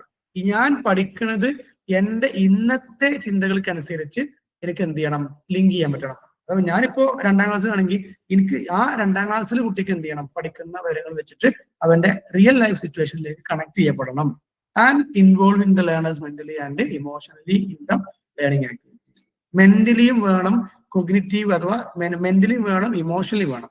Okay, ഒരാൾക്ക് ഭയങ്കര ബുദ്ധിയാണ്, പക്ഷെ പഠിക്കാൻ തീരെ താല്പര്യമില്ലെങ്കിൽ ലേണിംഗ് നടക്കൂല. സോ ഇമോഷണലി അവർക്ക് അറ്റാച്ച്ഡ് ആയിരിക്കണം, മെന്റലി അഥവാ കൊഗ്നിറ്റീവ് അഫക്റ്റീവ് അവർക്ക് ഉണ്ടായിരിക്കണം എന്നുള്ളതാണ്. ഇനി അവിടെ പറയുന്നത് ലേണിംഗിന്റെ ഇതേപോലെ കുറച്ച് ചോയ്സ് ഇതാണ്, ഫീച്ചേഴ്സ് ആണ്. Conscious choice and control of action അഥവാ give importance to choice of learners according to their wish. ഒരു കുട്ടിക്ക് താല്പര്യമുള്ള വിഷയത്തിൽ പഠിക്കാൻ ആ കുട്ടിനെ അനുവദിക്കണം. നമ്മൾ നിർബന്ധിച്ച് പഠിച്ചിട്ട് കാര്യമില്ല. കാരണം ആ കുട്ടിക്ക് സ്കിൽ ഉണ്ടാവുകയൊക്കെ ചെയ്യും, പക്ഷെ ഇമോഷൻ ഉണ്ടാവില്ല, അതുകൊണ്ട് താല്പര്യം ഉണ്ടാവില്ല എന്നുള്ളതാണ്. Will be engaged, interested and active in learning. അപ്പൊ താല്പര്യമുള്ള വിഷയങ്ങൾ പഠിപ്പിച്ചാൽ മാത്രമാണ് അവർക്ക് അതിൽ എൻഗേജ്ഡ് ആവാനും ഇൻട്രസ്റ്റഡ് ആവാനും ആക്റ്റീവായി ലേൺ ചെയ്യാനും പറ്റുള്ളൂ എന്നുള്ളതാണ്. Okay, 2 felt need, give importance the needs of the students. കുട്ടിന്റെ നീഡ് കൃത്യമായി നമ്മൾ മനസ്സിലാക്കണം. അവന്റെ ചോയ്സ് അല്ലെങ്കിൽ അവന്റെ ഇമോഷൻ എന്താ മനസ്സിലാക്കണം, അവന്റെ നീഡ് എന്താ മനസ്സിലാക്കണം. അതുപോലെ തന്നെ development of the whole person. വെറുതെ കുറച്ച് അറിവുണ്ടാക്കുക എന്നുള്ളതല്ല, നമ്മൾ മൊത്തമായി ഒരു മനുഷ്യനെ നിർമ്മിച്ചെടുക്കുക എന്നുള്ളതാണ്. Should improve the knowledge and feelings. നമ്മുടെ അറിവും ഫീലിങ്സും അഥവാ ഇമോഷൻസും കൊഗ്നിഷനും എല്ലാം ഡെവലപ്ഡ് ആകണം. Give importance the emotional development of the students. അതുപോലെ തന്നെ നമ്മുടെ ഇമോഷണൽ ഡെവലപ്മെന്റ്, ഇമോഷണൽ ഇന്റലിജൻസ്, അതുപോലെ തന്നെ ഇന്റലിജൻസ് എല്ലാം വളരുന്ന രൂപത്തിലായിരിക്കണം ഒരാൾക്ക് ലേണിംഗ് എന്ന് പറഞ്ഞാൽ. ഇനിയല്ലേ ഇത് ലാസ്റ്റ് ടോപ്പിക് ആണ് കേട്ടോ. പോൾ റോജേഴ്സ് പറഞ്ഞു വെച്ച ഫുള്ളി ഫങ്ഷനിങ് പേഴ്സൺ അഥവാ ദ പെർഫെക്റ്റ് പേഴ്സൺ. നിങ്ങളല്ലേ ഒരു ഐഡിയൽ പേഴ്സൺ ആവാൻ, ദ പെർഫെക്റ്റ് പേഴ്സൺ ആവാൻ ആഗ്രഹിക്കുന്നുണ്ടെങ്കിൽ ഈ പോയിന്റ്സ് കേട്ടോളി. ഒന്ന്, he has the potential to fulfil his life goal and ambitions. എനിക്ക് എന്റെ ജീവിതത്തിന്റെ ലക്ഷ്യം എന്താണെന്ന് മനസ്സിലാക്കാനും അത് ഫുൾഫിൽ ചെയ്യാനും അഥവാ അത് നിറവേറ്റാനുള്ള പൊട്ടൻഷ്യൽ ഉള്ള ആളുകളാണ് ഫുള്ളി കണ്ടീഷനിങ് പേഴ്സൺ. എനിക്ക് ആഗ്രഹങ്ങളുണ്ട്, ഒന്നും നടപ്പിലാക്കാൻ പറ്റണില്ല എങ്കിൽ കാര്യമില്ല. എനിക്ക് എന്റെ അംബിഷനും ഗോളും കൃത്യമായിട്ട് അറിയാം, അത് അച്ചീവ് ചെയ്യാൻ എനിക്ക് പറ്റും. അങ്ങനത്തെ ഒരാളാണ് fully functioning person. 2, use their potential. എന്റെ എല്ലാ കഴിവുകളും, അത് മെന്റലി ആവാം, ഫിസിക്കലി ആവാം, അല്ലെങ്കിൽ വെൽത്ത് ആവാം, എന്തും ആവാം, എന്റെ പൊട്ടൻഷ്യലുകളെ എനിക്ക് യൂസ് ചെയ്യാൻ കഴിയണം. 3, ആക്ടിങ് വിത്ത് പേഴ്സണൽ ചോയ്സ്. എന്റെ അഭിപ്രായങ്ങളെ ബേസ് ചെയ്ത് പ്രവർത്തിക്കാൻ എനിക്ക് പറ്റണം. വേറൊരാൾ ഇങ്ങനെ പറയണം ഞാനിങ്ങനെ ചെയ്യണം, അതല്ല. എനിക്ക് അഭിപ്രായങ്ങളുണ്ട്, എനിക്ക് ചോയ്സ് ഉണ്ട്, എനിക്ക് നീഡ് ഉണ്ട്, എനിക്ക് എയിം ഉണ്ട്, അതനുസരിച്ച് ഞാൻ പ്രവർത്തിക്കും. 4, progress towards life goal and succeed it. ലൈഫിൽ കൃത്യമായിട്ട് ഗോൾ ഉണ്ടാവണം. ലൈഫിൽ തന്നെ 2 തരം ഗോളുകൾ ഉണ്ടാവും. ഷോർട്ട് ടേം ഗോൾ ഉണ്ടാവും, ലോങ് ടേം ഗോൾ ഉണ്ടാവും. സോ ലോങ് ടേം ഗോളിലേക്ക് ആ ആൾക്ക് എത്താൻ കഴിയണം. അതിനുവേണ്ടി ഷോർട്ട് ടേം ഗോളുകൾ ഇങ്ങനെ സെറ്റ് ചെയ്തിട്ട് പോകണം. ഫൈനലി അവരെന്താണോ വിചാരിക്കുന്നത്, ഇപ്പോ പഠിച്ച് ഡോക്ടർ ആവണം ചിന്തിക്കുന്ന ഒരു കുട്ടിക്ക് ഡോക്ടർ ആവാൻ പറ്റണം എന്നുള്ളത് തന്നെയാണ് പറയുന്നത്. 5ാമത്തെ point, highly motivated and continuously strive to improve themselves. എപ്പോഴും ഹൈലി മോട്ടിവേറ്റഡ് ആവണം, എപ്പോഴും നമ്മൾ പോസിറ്റീവ് മൈൻഡഡ് ആയിരിക്കണം. Self motivation intrinsic and extrinsic motivations ഒക്കെ ഉണ്ടാവണം. പിന്നെ continuously strive to improve themselves. Perseverance എന്നുള്ള വാക്കുണ്ട്, പെർസെവറൻസ് അഥവാ കണ്ടിന്യൂസ് ഹാർഡ് വർക്ക്. അതാണ് ഏറ്റവും ഉത്തമം. നമ്മൾ ഹാർഡ് വർക്ക് ചെയ്യണം, പക്ഷെ അത് കണ്ടിന്യൂസ് ആയിട്ട് ചെയ്യണം. ഇന്ന് ഭയങ്കരമായി കുറെ എന്തൊക്കെയോ ചെയ്ത് നമ്മൾ ഈ ചില ആളുകളുണ്ട് വർക്കൗട്ട് ചെയ്യുമ്പോൾ ഒരു ദിവസം ആദ്യത്തെ ആഴ്ച ഭയങ്കരമായി എക്സസൈസ് ചെയ്യണം, പിന്നെ ആ അതൊക്കെ ഒന്നും ഉണ്ടാവില്ല. അങ്ങനെയല്ല, ഹാർഡ് വർക്ക് ചെയ്യണം, അത് കണ്ടിന്യൂസ് ആവും. Okay, the hard work should be continuous. അപ്പോഴേ അതിന് നമുക്ക് റിസൾട്ട് ഉണ്ടാവുള്ളൂ എന്നുള്ളതാണ്. ഇനി ഇത്തരം ഫുള്ളി ഫങ്ഷനിങ് പേഴ്സൺസിന്റെ ചില ക്യാരക്ടറിസ്റ്റിക്സ് ആണ്. ഒന്ന് ഓപ്പൺ ടു എക്സ്പീരിയൻസ് ആണ്. അവരെന്ത് ചെയ്യുന്നവരോ accept both positive and negative. എല്ലാതും ആക്സെപ്റ്റ് ചെയ്യും, നന്മയും തിന്മയും, പോസിറ്റീവ് നെഗറ്റീവ് ഒക്കെ ആക്സെപ്റ്റ് ചെയ്യും. അതുപോലെ തന്നെ they try to change negative emotion into positive. എപ്പോഴും അവർ നെഗറ്റീവ് ഇമോഷൻസിൽ കടന്നു പോകുമ്പോൾ എങ്ങനെ പോസിറ്റീവ് ആകാം, എങ്ങനെ കോൺഫിഡന്റ് ആവാം, എങ്ങനെ ഒപ്റ്റിമിസ്റ്റിക് ആവാം, എങ്ങനെ എന്തൂസിയാസ്റ്റിക് ആവാം എന്ന് ചിന്തിച്ചുകൊടുക്കും. അതുപോലെ they try to change negative emotion, accept failure. തോറ്റാലും അത് ആക്സെപ്റ്റ് ചെയ്യും. Okay, it is my mistake, I will try best next time എന്നൊക്കെ പറഞ്ഞിട്ട് അവരെന്ത് ചെയ്യും, തോൽവിയെയും കൂടി അംഗീകരിക്കും. Okay. 2, existential outlook in life, അഥവാ in touch with different experience. അവർക്ക് ജീവിതത്തിൽ ഒരുപാട് എക്സ്പീരിയൻസ് വേണം, അത് കിട്ടണം എന്നൊക്കെയുള്ള ചില കാഴ്ചപ്പാടുണ്ടാവും. അതുപോലെ avoid pre judging and pre കോൺസെപ്ഷൻസ്. ഒരു പ്രീ കൺസെപ്റ്റ് ഉണ്ടാക്കൂല, അഥവാ അവര് കണ്ട് അറിഞ്ഞ് അതിനെ വിശ്വസിക്കും. അല്ലാതെ ഇങ്ങനെ മുൻകൂട്ടി കുറെ അസംഷൻസ് ഉണ്ടാക്കിക്കുക, എന്നിട്ട് കാണാത്ത ഒരാളെ കുറിച്ച് ജഡ്ജ് ചെയ്ത് വെക്കുക, അങ്ങനത്തെ ഈ തേർഡ് റൈറ്റ് പ്രോഗ്രാംസ് അവർ ചെയ്യില്ല. Then appreciate the presence without having the dissatisfaction of the past. No worry about the future. അവർക്ക് പാസ്റ്റിനെ കുറിച്ച് അവരൊരു ഡിസാറ്റിസ്ഫാക്ഷൻ ഉണ്ടാവില്ല. കഴിഞ്ഞത് കഴിഞ്ഞു, what is done that cannot be undone, past is past, കഴിഞ്ഞത് കഴിഞ്ഞു എന്ന് വിശ്വസിക്കുന്നവരാണ്. Then no worry about the future. ഭാവിയിൽ എന്താകും എന്നുള്ള ഒരു ഓവർ ആൻസൈറ്റി അവർക്ക് ഉണ്ടാവില്ല. Then they live in present എന്നാണ്. അവരെന്ത് ചെയ്യും, പ്രസന്റ് ജീവിക്കുന്ന ആളുകളായിരിക്കും. 3 പ്രധാനപ്പെട്ട ക്വാളിറ്റിയാണ് trust feeling. Believe one's own decision. ഓരൊരു തീരുമാനം എടുത്താലേ ഓരത് അതിൽ ഉറച്ചിക്കും. അത് ഇനിയിപ്പോ എന്റെ തീരുമാനമാണ്, അത് ശരിയായിരിക്കും എന്നുള്ള കോൺഫിഡൻസ് അവർക്ക് ഉണ്ടാവും. അതുപോലെ തന്നെ ട്രസ്റ്റ് വിത്ത് കോൺഫിഡൻസ്. അവർ ആരെ വിശ്വസിക്കുകയാണെങ്കിലും അതിൽ ട്രസ്റ്റ് അവർ കീപ്പ് ചെയ്യും, കോൺഫിഡന്റ് ആയിരിക്കും അവര്. പിന്നെ ക്രിയേറ്റിവിറ്റിയാണ്, ക്രിയേറ്റീവായി തിങ്ക് ചെയ്യും, ക്രിയേറ്റീവായി അഡ്ജസ്റ്റ് ചെയ്യും. അതുപോലെ തന്നെ ക്രിയേറ്റീവായ പുതിയ എക്സ്പീരിയൻസിലേക്ക് അവർ കടന്നു ചെയ്യും. ഓക്കെ, അഥവാ ക്രിയേറ്റീവായി തിങ്ക് ചെയ്യും, ക്രിയേറ്റീവായി നല്ല അഡ്ജസ്റ്റ്മെന്റ് ഉണ്ടാവും. അതുപോലെ ന്യൂ എക്സ്പീരിയൻസ് ഒക്കെ അവരെ എക്സ്പ്ലോർ ചെയ്ത് നോക്കും. 5, ഫുൾഫിൽഡ് ലൈഫാണ്, അഥവാ happy and satisfied with his life. ഒരുപാട് പൈസ ഒന്നും ഉണ്ടാവില്ല, പക്ഷെ ഉള്ളത് കൊണ്ട് അവർ ഹാപ്പി ആയിരിക്കും, അല്ലെ? ഉള്ളത് കൊണ്ട് ഓണം പോലെ എന്ന് പറയല്ലേ, അതുപോലെ looking for new challenge and experience. അവരെപ്പോഴും ഒരു ചലഞ്ചിനെ എക്സ്പെക്ട് ചെയ്യുന്നുണ്ടാവും. ഓരോ ചിന്താഗതി പ്രകാരം പ്രയാസങ്ങൾ വരും, അല്ലെ? ബിസിനസ് ചിലപ്പോൾ തകർന്നാലും അതിനെ അക്സെപ്റ്റ് ചെയ്യണം. എന്നിട്ട് എന്ത് ചെയ്യണം, വീണ്ടും ഉയരാൻ വേണ്ടി ശ്രമിക്കണം. ഇതായിരിക്കും അവരുടെ ഒരു മോട്ടോ. ഓക്കെ, ഇനി എഡ്യൂക്കേഷൻ ഇംപ്ലിക്കേഷൻ ആണ്. നമ്മൾ ഏകദേശം അവസാനത്തേക്ക് എത്തിയിട്ടുണ്ട്. എല്ലാവരും ഇവിടെ ഉണ്ടോ? Okay, thank you. ലേണിംഗ്. അപ്പൊ ഇത്തരത്തിലുള്ള നമ്മൾ ചെയ്യണം ഈ സാധനങ്ങളൊക്കെ ഭയങ്കര പവർഫുൾ ആണ്. ഈ ഫുള്ളി ഫങ്ഷനിങ് പേഴ്സൺ എങ്ങനെയാവും എന്നുള്ളത് നമ്മളൊക്കെ ക്ലാസ്സിൽ ഇങ്ങനെ പറഞ്ഞുകൊണ്ടിരിക്കണം. നമ്മൾ ഉള്ളത് കൊണ്ട് അംഗീകരിക്കാൻ പറ്റണം, ട്രസ്റ്റ് ഉണ്ടാവണം, കോൺഫിഡൻസ് ഉണ്ടാവണം, ന്യൂ എക്സ്പീരിയൻസസ് ഉണ്ടാവണം, ആരെയും വെറുതെ ജഡ്ജ് ചെയ്യരുത്, ആരെ കാര്യത്തിലും അനാവശ്യമായി തലയിടരുത്, നെഗറ്റീവ് തോട്ട്സ് വന്നാൽ അത് അപ്പം ഒഴിവാക്കണം. അത്തരത്തിൽ നമ്മൾ എന്ത് ചെയ്യണം, എപ്പോഴും നമ്മുടെ സ്റ്റുഡൻസിന് അതിനുള്ള പ്രാക്ടീസ് കൊടുത്തുള്ളത്. ഓക്കെ, ഇനി അവർക്കുള്ള എഡ്യൂക്കേഷൻ ഇംപ്ലിക്കേഷൻ ആണ് learning is of different types and takes place at different level. കുട്ടികൾക്കല്ലേ വ്യത്യസ്തപരമായിട്ടുള്ള ലേണിംഗ് എക്സ്പീരിയൻസ് കൊടുക്കുക. ഡിഫിക്കൽട്ട്, ആവറേജ്, ഈസി അത് കൊടുക്കുക. ഫേവറബിൾ ആയിട്ടുള്ളതും അവിടെ ഫേവറബിൾ അല്ലാത്തതായിട്ടുള്ള എക്സ്പീരിയൻസ് കൊടുക്കുക. രണ്ട്, previous experiences and students intelligence determine the method of learning. അവരുടെ പ്രീവിയസ് എക്സ്പീരിയൻസിനെ പറ്റുന്ന അത് ബൂസ്റ്റ് ചെയ്യാൻ പറ്റുന്നത്, അവരുടെ ഇന്റലിജൻസിനെ കണക്ട് ചെയ്യാൻ പറ്റുന്നത്, അതിനെ ചലഞ്ച് ചെയ്യാൻ പറ്റുന്ന ആക്ടിവിറ്റീസ് കൊടുക്കുക. Teaching method shall be planned according to the intellectual ability of the students. കുട്ടിന്റെ അല്ലെങ്കിൽ നമ്മുടെ ക്ലാസ്സിന്റെ ഇന്റലിജൻസ് എത്രത്തോളം ഉണ്ട് അത് മനസ്സിലാക്കി അതിന് പറ്റുന്ന ആക്ടിവിറ്റീസ് അവർക്ക് കൊടുക്കുക. അത് the teacher should have the knowledge of different learning theories. ടീച്ചർക്ക് എന്താണ് ബിഹേവിയർസ്, എന്താണ് കൺസ്ട്രക്റ്റിവിസം, എന്താണ് പിന്നെ ഹ്യൂമാനിസം, ഇതിനെ കുറിച്ച് ഒരു അറിവുണ്ടാവുക. And create appropriate situation for learning. പഠനത്തിന് വേണ്ട സിറ്റുവേഷൻ ഉണ്ടാക്കുക. അവർക്കൊരു എക്സ്പീരിയൻസ് ആയിരിക്കണം പഠനം എന്ന് പറയുന്നത്. അതിന് വേണ്ട ഒരു സിറ്റുവേഷൻ, ഒരു എൻവയോൺമെന്റ് ക്രിയേറ്റ് ചെയ്യാം. ഇങ്ങനെയൊക്കെയുള്ള കാര്യങ്ങളാണ് ആസ് എ ടീച്ചർ നമുക്ക് ചെയ്യാറുള്ളത്. Okay, so this is all about the unit. Just ഇന്ന് കടന്നുപോയ വഴികളെ കുറിച്ച് നമ്മളൊന്ന് അറിയാതെ നോക്കുക. ആക്ച്വലി കുറച്ചധികം കടന്നു പോയിട്ടുണ്ട്, എനിക്കറിയാം.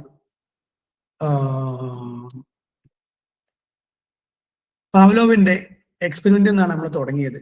അതിൽ അൺകണ്ടീഷണൽ സ്റ്റിമുലസും അൺകണ്ടീഷണൽ റെസ്പോൺസും ഫൈനലി കണ്ടീഷൻ റെസ്പോൺസൊക്കെ വരെ എത്തി. അതിന് എഡ്യൂക്കേഷൻ ഇംപ്ലിക്കേഷന്, ലിമിറ്റേഷൻ, പിന്നെ അതിൽ വരുന്ന കുറച്ച് കണ്ടീഷനിങ് ആണ്. ലോ ഓഫ് 5 ലോകൾ പഠിച്ചു. അതിനുശേഷം എന്താണ് റീഇൻഫോഴ്സ്മെന്റ്, അതിൽ പോസിറ്റീവ് റീഇൻഫോഴ്സ്മെന്റ് എന്ത്, നെഗറ്റീവ് റീഇൻഫോഴ്സ്മെന്റ് എന്ത്, പണിഷ്മെന്റ് എന്ത്. പണിഷ്മെന്റ് പഠിക്കാനൊന്നുമില്ല എങ്കിലും പണിഷ്മെന്റ്. പിന്നെ സ്കിന്നറുടെ ഓപ്പറന്റ് കണ്ടീഷനിങ് ആണ്. അതിലെപ്പോഴും അത് ടൈപ്പ് ആർ തിയറിയാണ്, അഥവാ റീഇൻഫോഴ്സ്മെന്റ് ആണ് മെയിൻ. എന്ത് പ്രവൃത്തി ചെയ്താലും ചെയ്തതിന് ശേഷം നമ്മൾ റീഇൻഫോഴ്സ്മെന്റ് കൊടുക്കണം എന്നുള്ളതാണ് അതിന്റെ എഡ്യൂക്കേഷൻ ഇംപ്ലിക്കേഷൻ. പിന്നെ പാവ്ലോവിന്റെ ക്ലാസിക്കൽ കണ്ടീഷനിങ്ങും സ്കിന്നറുടെ ഓപ്പറന്റ് കണ്ടീഷനും തമ്മിലുള്ള ഡിഫറൻസുകൾ അത് സെയിം ആണ്. പിന്നെ റീഇൻഫോഴ്സ്മെന്റും ഫീഡ്ബാക്കും തമ്മിലുള്ള ഡിഫറൻസുകൾ. അതുപോലെ ജീൻ പിയാഷന്റെ കോഗ്നിറ്റീവ് ഡെവലപ്മെന്റ് തിയറി, അദ്ദേഹത്തിന്റെ 4 സ്റ്റേജസ്, അതിൽ sensory motor, pre operational, concrete operational and formal operational stage. പിന്നെ അതിന്റെ എഡ്യൂക്കേഷൻ ഇംപ്ലിക്കേഷൻ. ജോൺ ഡൂയിയുടെ തിയറി ഓഫ് കൺസ്ട്രക്റ്റിവിസം. എന്താണ് കൺസ്ട്രക്റ്റീവ് ക്ലാസ് റൂം എന്നുള്ളത്, അതിന്റെ നാച്ചുറൽ, അതിന്റെ role and function of the teacher. പിന്നെ 4 phases of teacher planning. And പിന്നെ humanistic സൈക്കോളജിന്റെ അബ്രഹാം മാസ്ലോ, കോൾ റോജേഴ്സ്, റോൾ ഓമൻ, ഗോർഡൻ ആൽപോർട്ട്, ഇവരുടെയൊക്കെ കോൺട്രിബ്യൂഷനിലുള്ള ഹ്യൂമനിസ്റ്റിക് സൈക്കോളജി. എന്താണ് അതിന്റെ വ്യൂ, ലേണിങ്ങിനെ അവരെങ്ങനെ കാണുന്നു. കോൾ റോജേഴ്സിന്റെ theory of fully functioning person, അഥവാ ഒരു ബെസ്റ്റ് ഐഡിയൽ പേഴ്സൺ എന്ന് പറഞ്ഞാൽ എന്താണ്, അതിന്റെ പ്രത്യേകതകള്, അതുപോലെ തന്നെ അത് എങ്ങനെയാണ് നമ്മൾ ക്ലാസ് റൂമിൽ കൊണ്ടുവരിക എന്നുള്ള എഡ്യൂക്കേഷൻ ഇംപ്ലിക്കേഷൻ ഒക്കെയാണ് നമ്മൾ ഇന്നത്തെ ക്ലാസ്സിലൂടെ പഠിച്ചത് അല്ലെങ്കിൽ പഠിക്കാൻ ശ്രമിച്ചത്. ഓക്കെ, സോ പ്രത്യേകം പറയാണ്, നമ്മൾ കുറച്ച് ഫാസ്റ്റ് ആയി പോയിട്ടുണ്ട്. വല്ലാതെ ഫീഡ്ബാക്ക് റെസ്പോൺസ് അല്ലെങ്കിൽ ഒരു എന്താ പറയാ ഇന്ററാക്റ്റീവ് അല്ലാതെ പോയിട്ടുണ്ട്. കാരണം എന്താ വെച്ചാൽ ഞാൻ പറഞ്ഞല്ലോ, എനിക്ക് കൃത്യമായി കേൾക്കാൻ കഴിയുക എന്നുള്ളതുകൊണ്ടാണ്. ഓക്കെ, പണ്ടരെ പറഞ്ഞാൽ എനിക്ക് പറയാനേ വയ്ക്കുള്ളൂ, കേൾക്കാൻ ബുദ്ധിമുട്ടാണ് എന്നുള്ളതുകൊണ്ടാണ്. ഓക്കെ, സോ എനിവേ ഇത്രയും നേരം ഇങ്ങനെ സൈലന്റ് ആയിട്ടാണെങ്കിലും ക്ലാസ്സിൽ ഇരുന്ന എല്ലാ സ്റ്റുഡൻസിനും ഓരോരുത്തർക്കും പ്രത്യേകം നന്ദി രേഖപ്പെടുത്താണ്. So let me wind up today's class. Thank U.